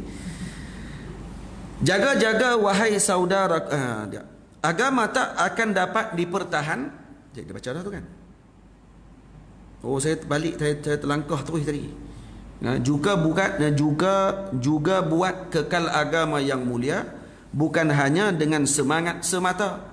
Agama tak akan dapat dipertahan dengan jahil, bahkan ia meruntuhkan. Jaga-jaga wahai saudaraku semua, tuntut ilmu, jangan tujuannya dunia. Jaga-jaga. Jangan tujuannya kerana dunia. Kalau tujuannya dunia seperti yang saya sebutkan tadi, dibalakkan dia dengan beberapa perkara. Dimatikan dia ketika muda. Ditempatkan dia bersama dengan orang yang zalim. Dan diberikan dia kepadanya murid yang tidak ikhlas. Dan dia akan mengajar dengan keadaan tidak mendapatkan kemanisan ilmu ketika pengajaran tersebut. Na'udzubillahi min dzalik. Moga-moga Allah Ta'ala lindung kita daripada perkara tersebut. Amin ya rabbal alamin. Jika tujuannya untuk kemasyhuran, akan rosak dengan tipu daya syaitan. Kalau dia belajar dengan tujuan nak masyhur, orang tujuan dia nak masyhur, dia tengok orang ni masyhur, dia pun nak masyhur, kena mengaji ni, kena tuntut ilmu ni. Kalau tuntut ilmu lama, insya-Allah. Kalau kata dia berusaha mualajah diri dia pada ketika tersebut, maka insya-Allah Allah Taala akan lorongkan dia kepada jalan yang betul. Pada permulaan mungkin tidak betul, kemudian akan jadi betul insya-Allah dengan berkatnya ilmu. Tapi kalau dia tidak mualajah, tidak dia perbaiki diri dia, dan juga tidak diberi perhatian oleh gurunya, diberikan ingatan oleh gurunya, maka hakikatnya pada ketika tersebut sebagian ulama mengatakan gurunya sendiri telah membantu seorang untuk melakukan maksiat kepada Allah Taala. Faham? Jadi kalau seorang guru melihat anak murid dia ni ada amarah, ada tanda-tanda menunjukkan bahawa dia ni tidak ikhlas dalam belajar. Dia ikhlas kita tak lihat tahu sebab dia duduk dalam. Tapi dia akan keluar tanda. Nah, tanda dia diketahui oleh orang-orang yang melihat dengan pengalamannya. Suka nak zuhur, suka nak ke depan, semua orang pandang lekeh, kawan-kawan dia akan pemain. Maka bila tengok balik dia nasihat tetap buat benda yang sama. Ini ada benda something dengan pelajar ni. Maka guru perlu tegur dia. Guru perlu untuk bimbing dia balik. Kalau tak pakai juga, maka perlu dijauhkan. Kenapa? Karena ini pelajar yang kalau diajar dia dengan perkara tersebut dan dia tidak ikut juga, maka seolah-olah guru tadi sedang memberikan pisau kepada perompak yang nanti akan merompak dan membunuh umat pada masa akan datang. Ini yang dipesan oleh para ulama. Maka guru adalah orang yang paling utama untuk memandang pada muridnya pada ketika sedang belajar. Sebab tu penting guru yang musahabah dengan kita. Kita bila berteman dengan guru kita akan melihat gerak-geri kita, perbuatan kita, bagaimana kita dengan guru kita, bagaimana kita dengan teman-teman kita. Maka guru kita nanti akan tambih, beri peringatan kepada kita pada ketika tersebut. Itu penting. Nah, waktu kata masal Arab ni zaka shiblu min zakal asad, nah, min hadzal asad kata. Nah, zaka shiblu min hadza al-asad. Ini anak singa ni keluar daripada mana? Keluar daripada singa. Mana ada anak singa keluar daripada kerbau, lembu? Tak ada. Anak singa mesti keluar daripada singa. Maksudnya macam mana ni boleh jadi tok guru kalau kata bukan tok guru yang bimbing dia? Macam mana dia boleh jadi alim kalau bukan orang alim juga yang bimbing dia? Zaka shiblu min zaka min hadza al-asad. Ini anak singa adalah lahir daripada singa ini. Ini bukan cerita Qadian, faham tak? Qadian finnar, bukan Qadidian. Ni yan ni. Dia yan ni. Bukan dia lah. Ni mabuk. Qadian finnar, ada dua orang qadi yang disebut dalam hadis Nabi, ada dua qadi dalam neraka. Wal qadi fil jannah. Seorang qadi lagi masuk syurga Allah Taala. Dua qadi cerita dia disebut oleh Imam Jurdani radhiyallahu taala anhu. Ceritakan ada dua orang qadi. Jadi malaikat nak test 3 orang qadi pada zaman Bani Israel. 3 orang qadi pada zaman Bani Israel nak tengok mana seorang yang betul-betul ilmunya takwa kepada Allah Ta'ala, yang hasilnya takwa kepada Allah. 3 orang qadi ini. Qadi yang pertama malaikat turun berupa dengan seorang lelaki. Kebetulan waktu tu ada seorang lelaki duduk di tepi tali ayak, duduk bagi minum lembu dia. Lembu dengan anak lembu. Yang malaikat ni naik kuda berupa dengan seorang lelaki. Kemudian dia gunakan ilmunya, ditariknya anak lembu tadi ikut dengan kuda. Bila anak lembu ikut kuda, maka malaikat ni pun mengaku kata anak lembu ni saya punya.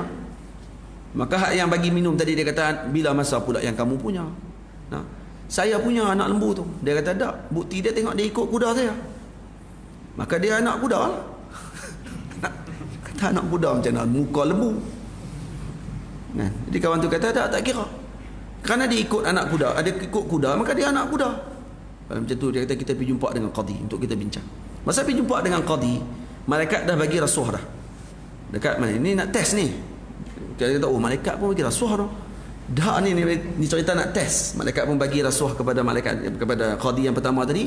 Qadi tu mula-mula dia bincang, dia kata macam mana saya nak buat ni, dia kata. Anak lembu jelas-jelas dia kata saya nak buat macam mana, hukum nak buat macam mana ni. Jelas-jelas anak lembu. Dia kata macam ni. Nanti kalau kamu suruh lepas dua-dua ekor. Hak mana anak lembu tu ikut, hak tu lah anak dia. Oh, dia tu senang dia tu. Nah. Kasih qadi pun kata, baik, kalau kita nak tahu mana ni anak lembu ke anak kuda, nah, maka kita lepas. Bila lepas, malaikat ni guna sekali lagi ilmunya, maka si lembu tadi ikut, anak lembu tu ikut kuda. Dia kata, baik, jadi hukum dia anak kuda lah. Dia kata, qadi apa ni?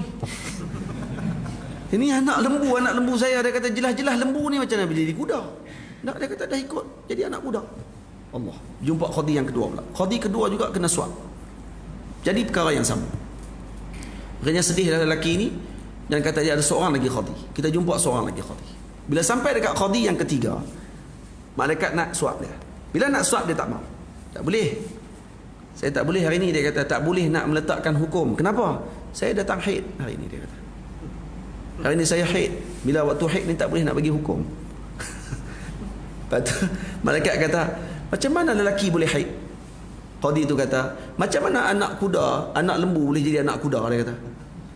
Nah, kamu heran aku haid. Kamu tak heran macam mana kuda keluar anak lembu, dia kata. Ajaib kata. Macam mana kamu ajaib dengan saya keluar haid? Macam juga saya ajaib bila mana anak lembu tiba-tiba ikut kuda, dia kata. Maka apa kata malaikat? Wahai qadi, beruntung kamu, kata dia. Saya adalah malaikat Allah diutus oleh Allah Ta'ala untuk menguji qadiyan finnar wal qadi fil jannah. Dua qadi dalam neraka, kamu dalam syurga Allah Ta'ala. Faham tak? Ini kalau kata tidak ikhlas dalam belajar, akan jadi macam tu. Datang dunia sikit saja bawah meja, tu hilang. Hilang ilmu dia. Dia bukan senang jadi qadi. Tak. Tapi kalau orang ni ikhlas kerana Allah Ta'ala, maka pada ketika tersebut dia tidak akan takut dengan ancaman, dia tidak akan takut dengan celaan, dan dia tidak akan termakan dengan pujukan dunia dan sebagainya. Karena apa? Karena yang dia belajar adalah kerana Allah Subhanahu wa Ta'ala. Kerosakan besar di dalam agama disebabkan dua kelompok manusia. Ada dua kelompok manusia yang merosakkan agama Allah Ta'ala. Siapa mereka? Orang alim tidak beramal ilmunya, melakukan bercanggah dengan agama. Yang ini yang pertama. Pertama yang akan merosakkan agama Allah Ta'ala adalah orang alim yang tidak beramal dengan ilmunya. Baik, apa makna orang alim tidak beramal dengan ilmunya?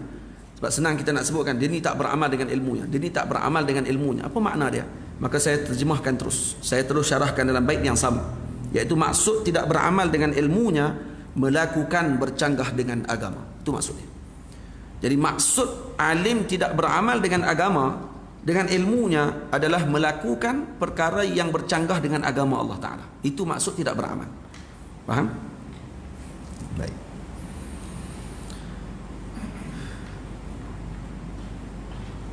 Jadi kalau dia melakukan perkara yang bercanggah dengan agama Allah Ta'ala. Apa perkara yang bercanggah dengan agama Allah Ta'ala? Nah, banyak. Di perkara yang disuruh tidak dibuat, yang dilarang dia buat, itu bercanggah dengan agama Allah Ta'ala. Nah, perkara yang disuruh dia larang, perkara yang dilarang dia suruh. Ini bercanggah dengan agama Allah Ta'ala. Maka itu termasuk dalam perkara yang alim yang tidak beramal dengan ilmunya. Nah, baik. Lebih berat dari kelompok pertama, si jahil jadi panduan yang utama. Ini yang lebih berat lagi. Yang lebih berat daripada si alim yang tidak beramal dengan ilmunya, berat daripada tu lagi yang kedua. Apa dia? Si jahil yang dijadikan panduan. Yang ni ramai ni.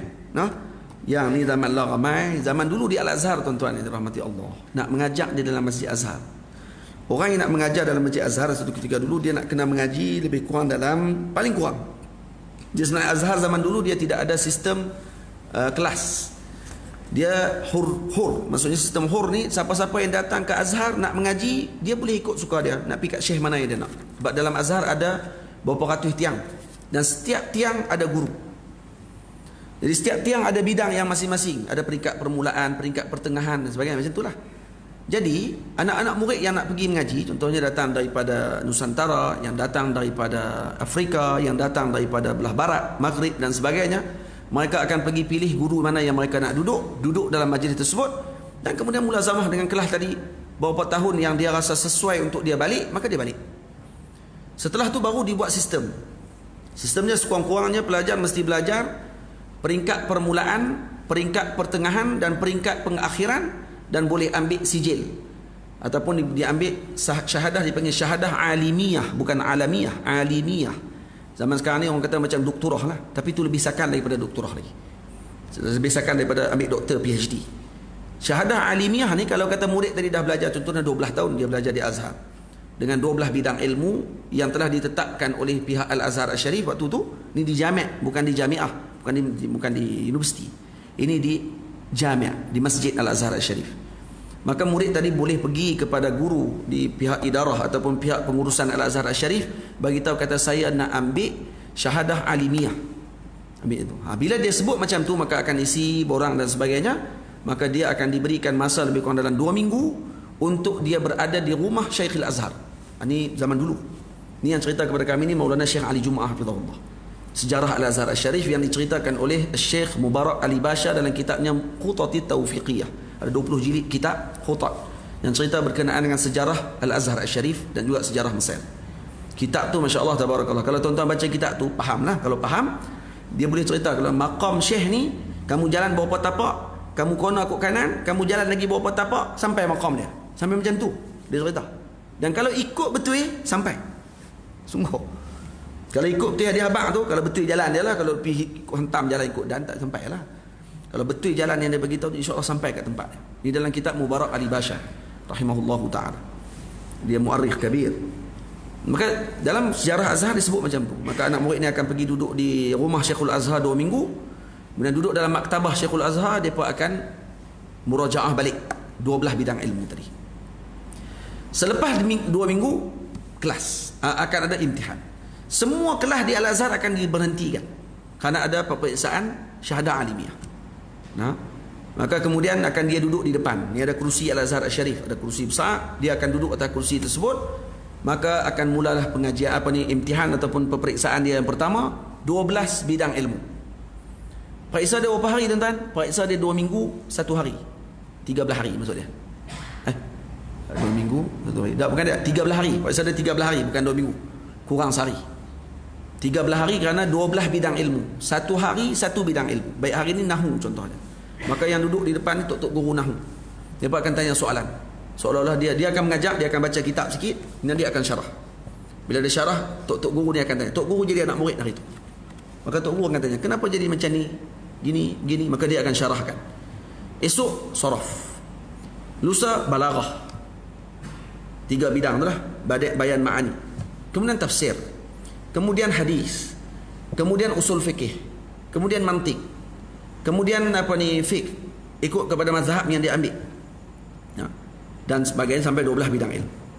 Tuan-tuan, selepas 12 hari tersebut, selepas dia jawab soalan daripada apa yang masyayikh sebut ni tanya tu, maka dia akan masuk pula soalan yang terakhir, hari yang terakhir. Hari yang ke-13 dia akan duduk atas kerusi. Yang hadir pada hari yang ke-13 adalah Mufti Mesir, Syekhul Azhar Syarif, Syekh Jami' Al-Azhar, dan juga para guru besar Hay'ah Kibar yang akan hadir pada waktu tersebut. Dan hari tersebut akan ditanya kedua-dua belah bidang ilmu. Hari itu tak ada dah, ikut suka mereka nak tanya apa. Kod mufti kata saya nak tanya tafsir, ayat ni macam mana makna dia. Baik dalam balaghah apa pula dia punya hasil balaghah daripada ayat ini, uslub dia macam mana. Maka dia akan syarahkan dalam majlis tadi. Selepas 13 hari akan keluar keputusan. Ada yang keluar keputusan, kamu boleh mengajar 3 bidang ilmu. Nah, ilmu-ilmu alat kamu boleh mengajar. Tapi kalau ilmu maqasid, ada sebahagiannya kamu tidak boleh. Contoh fiqh, kamu tidak boleh mengajar lagi. Tapi kamu boleh mengajar nahwu, saraf, mantik, boleh mengajar. Ada yang boleh mengajar 4 bidang ilmu. Ada yang boleh mengajar ke-12 bidang ilmu. Diiktiraf oleh para ulama, kamu boleh ke-12 sekali. Dan ada yang tak boleh terus semua. Ulama kata kamu tak boleh mengajar, kamu kena mengaji lagi. Baik, orang yang macam ni, kalau dia buka kelas dalam Masjid Azhar, contohnya dia pergi buka tiang satu untuk dia, maka nanti akan datang surat. Kalau ada laporan, surat akan datang yang pertama sebagai amaran kepada dia, jangan mengajar kerana kamu tak dibenarkan mengajar. Dia mengajak lagi kali yang kedua, datang surat yang kedua pula. Dia mengajak kali yang ketiga, maka terus ditangkap, dinaikkan di atas keldai, dan kemudian dibawa keliling kota Kahirah, dibunyikan loceng, dikatakan kepada orang ramai, jaga-jaga, ini orang yang nak mengubah agama Allah Ta'ala. Zaman dulu tuan-tuan, macam tu. Di Azhar macam tu dulu. Bawa orang ni naik keldai, lepas tu bunyi loceng macam jual aiskrim, ting, lepas tu bagi tahu, jaga-jaga lah, ini orang yang nak mengubah agama Allah Ta'ala ni. Tuan-tuan bayangkan apa ayat tu? Ayat tu mahal tu. Maknanya mengaji tak betul, ini mengubah agama Allah. Boleh faham tak? Kalau mengaji tak betul, ini mengubah agama Allah Ta'ala ni. Ini bukan nak pertahan agama Allah, ni nak mengubah agama Allah Ta'ala. Allah. Tapi macam tu sekali. Dan adakah waktu tersebut akan lahirnya orang-orang yang mendakwa-dakwi dengan ilmu? Tak ada pada waktu itu. Kerana orang takut dengan undang-undang tersebut. Faham tak? Sebab tu orang jahil lebih bahaya lagi daripada orang alim yang tidak beramal dengan ilmunya. Kerana orang alim yang tidak beramal dengan ilmu, Ini kemungkinan dengan ilmunya nanti, kata para ulama, akan kembali semula dia kepada Allah berkat ilmunya. Kemungkinan. Karena ilmu ni barakah. Kemungkinan dia akan taubat pada hujung hidupnya. Kemungkinan. Nampak? Sebab tu dalam hadis Nabi kata, ittaqu zallatal alim. Jaga-jaga kamu dengan gelincirnya alim. Nah, jaga-jaga kamu dengan gelincirnya alim. Tadi ada ulama syarah, ada dua makna. Yang pertama, jaga-jaga kamu, jangan kamu terikut dengan gelincirnya mereka. Kamu tengok si alim tergelincir, dia tersilap jalan dia, jangan ikut dia. Nah, karena kalau ikut juga dengan kesalahan dia lakukan, maka kamu taklid buta. Kamu ikut buta-buta tuli je. Kamu bukan ikut dengan hujah. Tidak, tuan-tuan. Baik, satu lagi makna, ittaqu zallatal alim, maknanya jaga-jaga lidah kamu, jangan cepat cela orang alim. Kalau orang alim ni kamu nampak salah pada zahir mata kamu, jaga-jaga lidah kamu. Kerana kalaupun dia tergelincir pada permulaan, kemungkinan dia akan kembali semula kepada Allah dengan berkat ilmunya. Tapi gelincir lidah kamu ketika hina dia, kemungkinan kamu tak akan kembali lagi selepas tu. Faham tuan ni? Hadis tu ada dua maksud. Dua-dua kena jaga. Tapi berapa ramai orang zaman sekarang yang jur'ah, lidah dia senang sungguh kutuk orang alim. Tengok ulama tak kena dengan dia sikit, laknat ulama ni. Tengok ulama ni tak kena dengan apa yang dia pegang sikit, celaka ulama ni. Oi, celaka dengan laknat ni di mulut dia saja. Kalau baca Ihya karangan Imam Ghazali, Imam Ghazali kata Allah Ta'ala tak tanya dekat kita kalau kita tak pernah laknat iblis sekalipun dalam dunia ni. Allah Ta'ala takkan tanya kita di akhirat, kenapa tak laknat iblis? Padahal iblis memang laknatullah pun. Betul tak? Allah tak tanya kita, kenapa tak laknat iblis? Kerana tak perlu sebut pun perkataan tu kepada orang. Faham tak? Malah para anbiya ni Allah Ta'ala bagi kepada mereka sifat, bukan suka dengan laknat orang, malah dia suka kalau orang tu kembali kepada Allah Ta'ala. Iblis pernah sekali nak kembali kepada Allah. Sekali pernah. Dia pernah mengaku dia nak kembali balik. Tak tahulah dia nak cong ke dia nak buat apa, tak tahulah. Tapi ini kisah betul ni. Dia mengadu kepada Nabi Musa AS. Dia kata, wahai Musa, saya teringin nak kembali kepada Allah Ta'ala. Saya ni dah rasa buat silap banyak dah ni. Nabi Musa bila tengok macam tu seronok. Ini sifatnya Nabi Allah Ta'ala. Dia bukan bila tengok, ni mesti ada wayang apa pula iblis ni. Dia tak fikir macam tu. Dia fikir kalau iblis kembali kepada Allah, alhamdulillah, selamat umat Nabi Muhammad, selamat semua umat. Kau umat Nabi Muhammad, semua umat selamat. Kenapa? Karena salah satu daripada jalan nak bagi rosak orang iblis, jalan tadi dah tak ada dah. Dah tertutup. Yang tinggal ni nafsu ya. Tak. Bila iblis kata macam tu, Allah Ta'ala, Nabi Musa pun mengadu kepada Allah, ya Allah, ya, iblis nak bertaubat ya Allah. Allah Ta'ala kata boleh. Dulu waktu aku suruh dia sujud kepada Nabi Adam, dia tak mau. Sekarang ni Nabi Adam, maqam Nabi Adam di tempat sekian-sekian, ya, pergi ke tempat tersebut, sujud dekat kubur tu. Sebab dulu tak mau, pergi sujud balik. Suruh hak tu saja. Allah Ta'ala kata, dia buat yang tu, terima taubat dia. Maka Nabi Musa pun kata, absyir, seronoklah kamu wahai iblis, senang gila taubat kamu. Sebab taubat umat Nabi Musa pun teruk, kena bunuh. Kena pakat bunuh kan? Itu kan taubat umat Nabi Musa. Ini taubat iblis kena pergi sujud kat makam Nabi Adam. Makam Nabi Adam apa masalah dia? Pergi sujud kat situ. Kerana Allah Ta'ala suruh. Maka apa kata iblis? Dia kata, waktu dia hidup pun aku tak sujud, dia kata. Ni dia mati aku nak pergi sujud. Tak ada kerja, dia kata. Tengok nampak tak? Belagak gila. Iblis ni memang iblis betul. Nah tu Ini diceritakan oleh guru kami Maulana Syekh Jamal Faruq hafizahullah. Ni dalam kitab kisah ni. Memang pernah iblis mengadu, kata dia nak bertaubat, tapi akhirnya dia tarik balik. Kenapa? Kerana sombong. Sombong dia tak nak hilang pada diri dia. Ini perangai iblis. Na'udzubillah. Jangan kita dekat dengan dia dan jangan kita ambil perangai tersebut. Baik. Orang alim tidak beramal ilmunya, melakukan bercanggah dengan agama, lebih berat dari kelompok pertama, si jahil jadi panduan yang utama. Ini yang lebih berat lagi daripada yang pertama. Si jahil yang menjadi panduan kepada umat. Jaga-jaga. Kata Imam Asy-Sya'rani yang berjasa, ikhlas perlu bimbingan dari ahlinya. Ikhlas ni perlu bimbingan daripada ahlinya. Perlu juga bimbingan daripada ahli ikhlas, baru kita akan ikhlas. Jika mahu perbahasan tentangnya, buka Masyariqal Anwar kitabnya. Kalau kita inginkan perbahasan yang lebih jelas berkenaan dengan ikhlas ini, maka bukalah kitab Al-Imam Abdul Wahab Sya'rani rahimahullah dalam kitabnya Masyariqal Anwar, ataupun nama lain bagi kitab Masyariqal Anwar, Lawaqih Al-Anwar Al-Qudusiyah ila Uhudi Al-Muhammadiyah, karangan Al-Imam Abdul Wahab Sya'rani rahimahullahu ta'ala. InsyaAllah kita akan dapatkan panduan yang sangat baik daripada beliau berkenaan dengan ikhlas. Tamam? Lepas tu kadang-kadang doa kita yang ikhlas, apa-apa yang kita panjatkan dengan ikhlas itu diperkenankan oleh Allah. Dan kadang-kadang dengan ikhlas tadi mengubah orang lain. Ada seorang lelaki diceritakan kisah ni benar, ni kata sirrul ikhlas, dan juga sir husnuzan, baik sangka kita dengan Allah. Tu hari ada satu kelompok perompak. Dia geng perompak ni.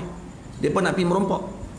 Bila depa berjalan dalam perjalanan nak pergi merompak ni, depa bukan merompak merata-rata, tak. Bukan jenis tengok rumah orang masuk rumah orang tu. Tengok rumah orang ni masuk, tak. Depa ada tempat nak pergi.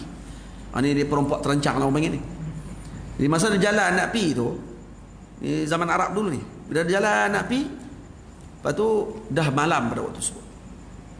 Dia tengok ada satu rumah usang sikit. Maka bila tengok rumah tu, teruslah mereka pun kata kita pergi singgah sat rumah tu tengok. Kok ada makanan ke apa, kita boleh makan sikit-sikit. Bila pergi kat rumah tu bagi salam, Assalamualaikum warahmatullahi. Terus dibuka oleh tuan rumah. Tuan rumah pun kata ahlan wa sahlan. Orang zaman dulu macam tu kan. Tetamu ni disambut, siapa-siapa yang ketuk pintu ni tetamu dia. Zaman lah ketuk pintu kalau ikut dan macam tu jam terus. Ada orang zaman dulu adat dia macam tu. Jadi ahlan wa sahlan, kata terima masuk dalam rumah dia. Sila-sila masuk. Depa ni pun terkejut. Weh, layan kita elok sangat ni. Dia tak tahu kita siapa dia. Dia tak tahu. Akhirnya bila masuk, layan dengan baik, jamu makan dan sebagainya. Kemudian dia pun tanya kamu daripada mana. Dia pun tak mau abang lah, kata dia perompak. Takkan abang, kami ni perompak nanya. Saja lalu kau ni singgah tak, kata. Kau ada nasi-nasi apa tak? Ada roti lah, Arab kan. Jadi dia kata kami dalam musafir. Jadi kami singgah sini. Kata Masya Allah, orang musafir ni doanya mustajab. Doakan keluarga kami. So doa, perompak doa. Jadi bila suruh doa tu, insya-Allah esok pagi depa pun nak bergerak. Depa pun kata orang ni baik sangat ni. Maka minta izin nak keluar daripada rumah. Tuan rumah pun siap kalingan makanan lagi. Bungkus lagi bagi kat depa untuk bawa dalam perjalanan. Bila keluar saja daripada rumah tersebut, depa pun pergilah buat kerja depa. Rompak. Selesai rompakan depa, bila patah balik.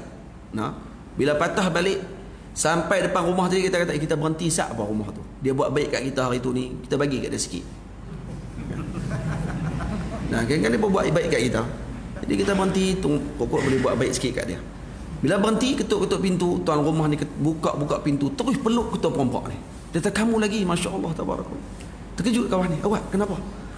Dia kata, wahai tuan, dia kata, berkat sungguh kamu, dia kata. Kamu ni cukup berkat. Berkat. Dia baru balik perompak ni. Dia kata, saya sebenarnya malam kamu datang, kalau kamu nak tahu, anak saya telah lumpuh bertahun-tahun, dia kata, di rumah. Tapi ketika kamu ketuk pintu rumah saya pada malam tersebut, saya berdoa, ya Allah, kalau yang datang ini orang yang baik, ya Allah sembuhkan anak saya. Kamu datang, kamu ketuk pintu, kamu buka. Kalau saya buka pintu rumah, kamu datang dan kamu bawa kebaikan yang banyak pada malam tersebut.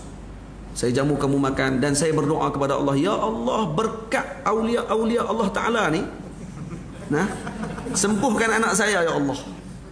Sembuh terus anak dia, boleh berjalan. Malam tu juga boleh berjalan. Yang lumpuh tu boleh berjalan malam tu. Maka dia kata, sudah pasti kamu memang wali Allah Ta'ala. Apa yang berlaku tuan-tuan? Berkat husnuzan dan ikhlasnya doa si bapak tersebut, perompak tu semua jadi wali terus lepas tu.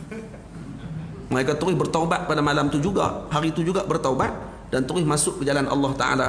Dan kesemua mereka menjadi wali-wali Allah Ta'ala. Berkatnya ikhlas dan juga berkatnya husnuzan orang kepada mereka.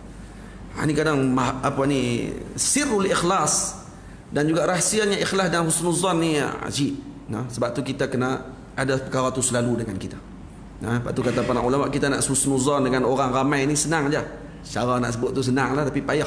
Tok guru ke saya kata kat saya, Syekh Ahmad Mamduh sebut kat saya, kalau kamu nak husnuzan dengan semua orang, kamu anggap semua orang Nabi Khidir. InsyaAllah kamu husnuzan dengan dia. Boleh tak tu?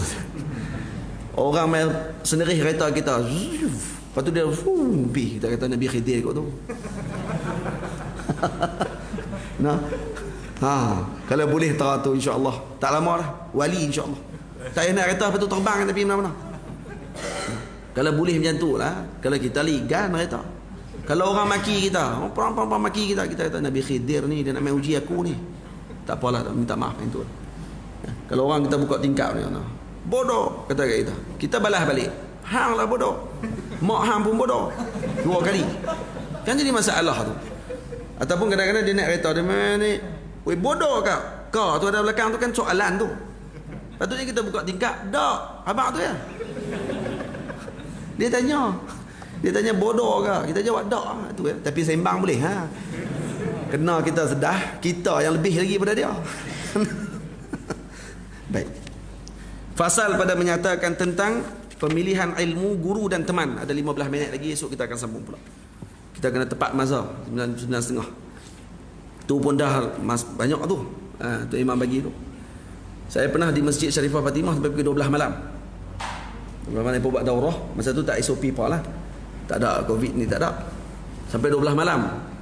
Kumpul dengan ni orang kampung. Seorang pun tak bangkit. Sama ada dia pemalu ataupun apa, kita tak tahu lah. Kau dia kata kalau bangkit nampak lekeh sangat. Ni orang tua-tua ni boleh duduk sampai pukul 12 malam. Saya tak buat duduk atas kerusi. Ni orang tua-tua duduk sila ni sampai pukul 12 malam. Tak ada seorang pun angkat tangan, berhentilah ustaz. Tak ada seorang pun. Semua beradab susila semua. Masa tu malam tu mengaji kita apa? Kita adab, kata silap saya. Dah mengaji pun kita adab. Beradab sungguh mereka sampai ke tengah malam. 12 malam duduk. Hak tu kenangan lah. Lepas tu sekali tu lah. Saya pun tak buat dah lepas tu. Bukan mereka tak jemput. Sekali tu lah saya buat. Kesian tengok mereka. Sampai 12 malam. Masya Allah. Semangat dia. Baik, fasal pada menyatakan tentang pemilihan ilmu, guru dan teman. Sebab tu bab adab ni penting tuan-tuan. Sayyidina Abdullah bin Mubarak radhiyallahu anhu mengatakan, "Talabtul adaba 30 sanah wa talabtul ilma 20 sanah. Kanu yuqaddimuna al-adab ala al-ilm." Maksudnya saya belajar adab, kata Sayyidina Abdullah bin Mubarak, saya belajar adab sahaja 30 tahun. Itu dia. Dan saya belajar ilmu 20 tahun. Baik, apa makna perkataan tadi? Kanu yuqaddimuna al-adaba 'ala al-ilm. Mereka mendahulukan belajar adab dulu daripada ilmu. Sebab tu kata ulama, al-adab qabla al-ilm. Adab sebelum ilmu. Kena mengaji adab dulu sebelum mengaji ilmu. Berapa ramai yang mengaji ilmu, main datang terus nak mengaji tauhid. Terus datang nak mengaji fiqh. Terus datang nak mengaji tasawuf. Tapi adab tak ada. Akhirnya mengaji tauhid duk pelekeh orang. Mengaji tauhid kata kat tok guru sendiri. Dah kali tak ada adab dengan tok guru. Panggil tok guru ikut dan je. Nah, panggil ustaz yang main mengajar ikut dan. Tak ada layanan yang baik kepada para guru. Kasut tok guru pun hilang. Kali tenang ni kasut tok guru sekali. Nah, koklah masa tok guru mai tu nak tengok kasut tok guru tang mana, ambil kasut tok guru letak kat tempat yang elok sikit, tak ada dah. Siapa yang nak kena buat tu? Orang yang berkaitan. Bukan tunggu anak murid kepada tok guru tu saja. Yang panggil tok guru mai tempat sebut, dia tolong tengok mana. Kereta tok guru tolong basuh. Tu cara. Masjid dia ada tempat basuh kereta. Kereta saya dah berapa lama tak basuh. Saya kata saya pergi basuh. Suruh anak murid saya pergi basuh lah. Masjid kata tak apa, elok insya-Allah. Bawah masjid punya. Itu saja sebut tu. Kena bagi duit lah ni untuk masjid. Mana boleh tu Ustaz? Tak boleh tu. Cara tu. Cara. Baik. Itu adab. Kanu yuqaddimuna al-adaba 'ala al-ilm. Mereka mendahulukan adab daripada ilmu. Sayyidina Abdullah bin Mubarak mengaji adab 30 tahun. Mengaji ilmu 20 tahun. Waktu tadi saya bagi tahu tadi ada anak murid seorang saya bagi tahu, dia kata isteri dia, kawan isteri dia tengok live yang saya mengajak, kata anak-anak murid yang akan masuk ke zawiyah saya nanti di Pedu, syarat dia kena duduk 4 tahun tak boleh balik. Dia kata 4 tahun tak boleh balik. Dia tu dia. Buat terkejut. Tak biasa kan. Payah kan benda tu, memang payah pula. Kita nak try buat tengok lah. Larat ada. Dia dua je. Sama ada orang tu tak larat ataupun mak ayah dia tak larat. Itu lah. Mak dia akan rindu. Kalau awal-awal baik tak dia hantar lah. Senang. Saya nak yang larat je. Yang boleh. Boleh sungguh-sungguh nak korbankan anak dia. Kalau nak bagi jadi betul, kena korban. Kalau dia jadi nanti, sonok kita nanti. Hak tu saja. Hak tu yang kita nak. Kita korban awal-awal. Saya waktu duduk di Mesir, dah 6 tahun waktu tu duduk di Mesir. Guru saya datang daripada Al-Azhar, Syekh Ahmad Mamduh, datang dijemput oleh Ustaz Yusairi. Ustaz Yusairi jemput mai ke Perlis untuk buat majlis. Ustaz Yusairi kata kat saya, jemputlah Syekh Ahmad Mamduh, guru renta tu mai mengajak dia kata sini. Kita bagi 2 minggu dia kata. Bawa mai dia jalan-jalan ambil udara di Malaysia ni. Tu tahun 2009, 2010 lebih kurang. 2009. 2009 dia datang.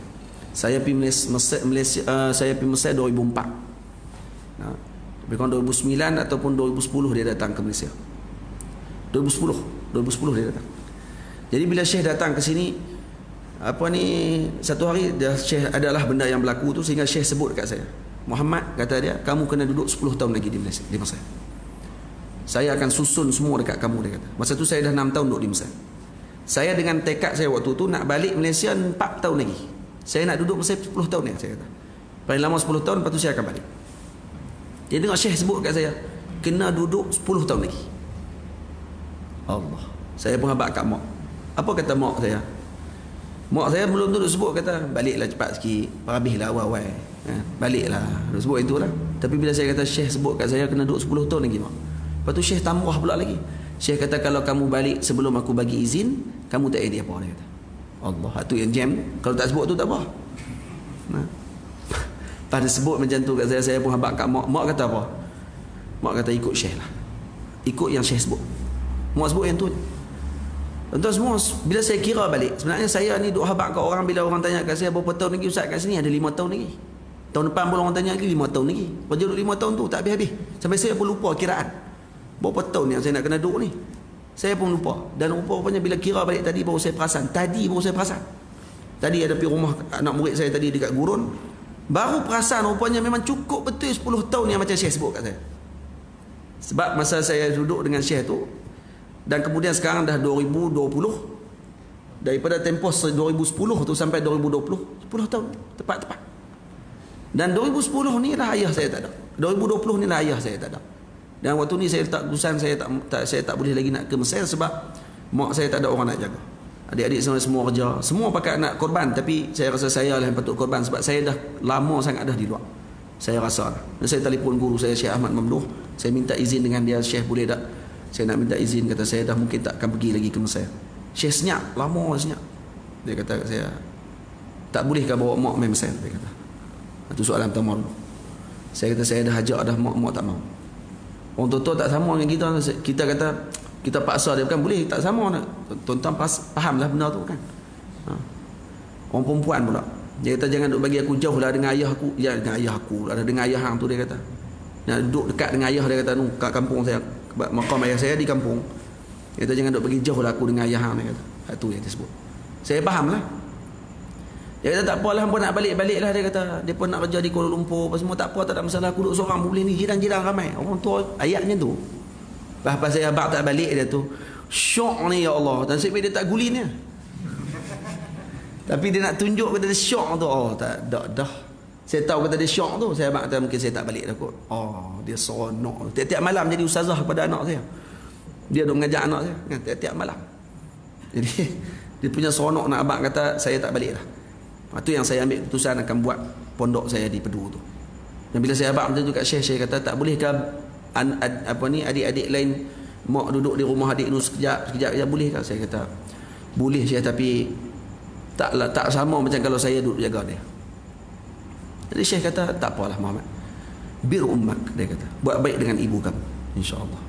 Baru ni bila saya hantar gambar, saya pegang gambar Syekh saya, ada orang bagi hadiah gambar Syekh saya dengan Syekh Ali Jumaah. Saya letak kat zawiyah saya letak kat pondok saya. Bila mereka bagi hadiah gambar tu, saya ambil gambar, saya hantar dalam grup yang dalam tu ada Syekh saya dalam tu. Syekh saya tulis apa? Dia kata terima kasih kepada anak murid yang bijak. Ni puji diri ni. Dia sebut ni, saya sudah balik je. Anak murid yang bijak, anak yang mentaati ibunya, dan juga orang yang kami gantungkan seluruh harapan kepada diri dia. Itu yang saya berasa hati sungguh. Sebab saya dengan harapan saya beritahu kat Syekh mungkin saya akan duduk 4 tahun lagi. Tapi bila saya beritahu Syekh sebut macam tu lah. Tapi Syekh dah redha saya balik ni. Saya kata nanti saya akan pergi balik ke Mesir. Saya akan pergi jumpa Syekh dulu, baru saya akan balik secara habis terus. Saya akan pisah lah, urus barang saya, kemudian saya akan balik. Saya akan pergi jumpa dengan guru-guru yang dah didik saya ni selama puluhan tahun ni. Saya duduk di Mesir dah 16 tahun.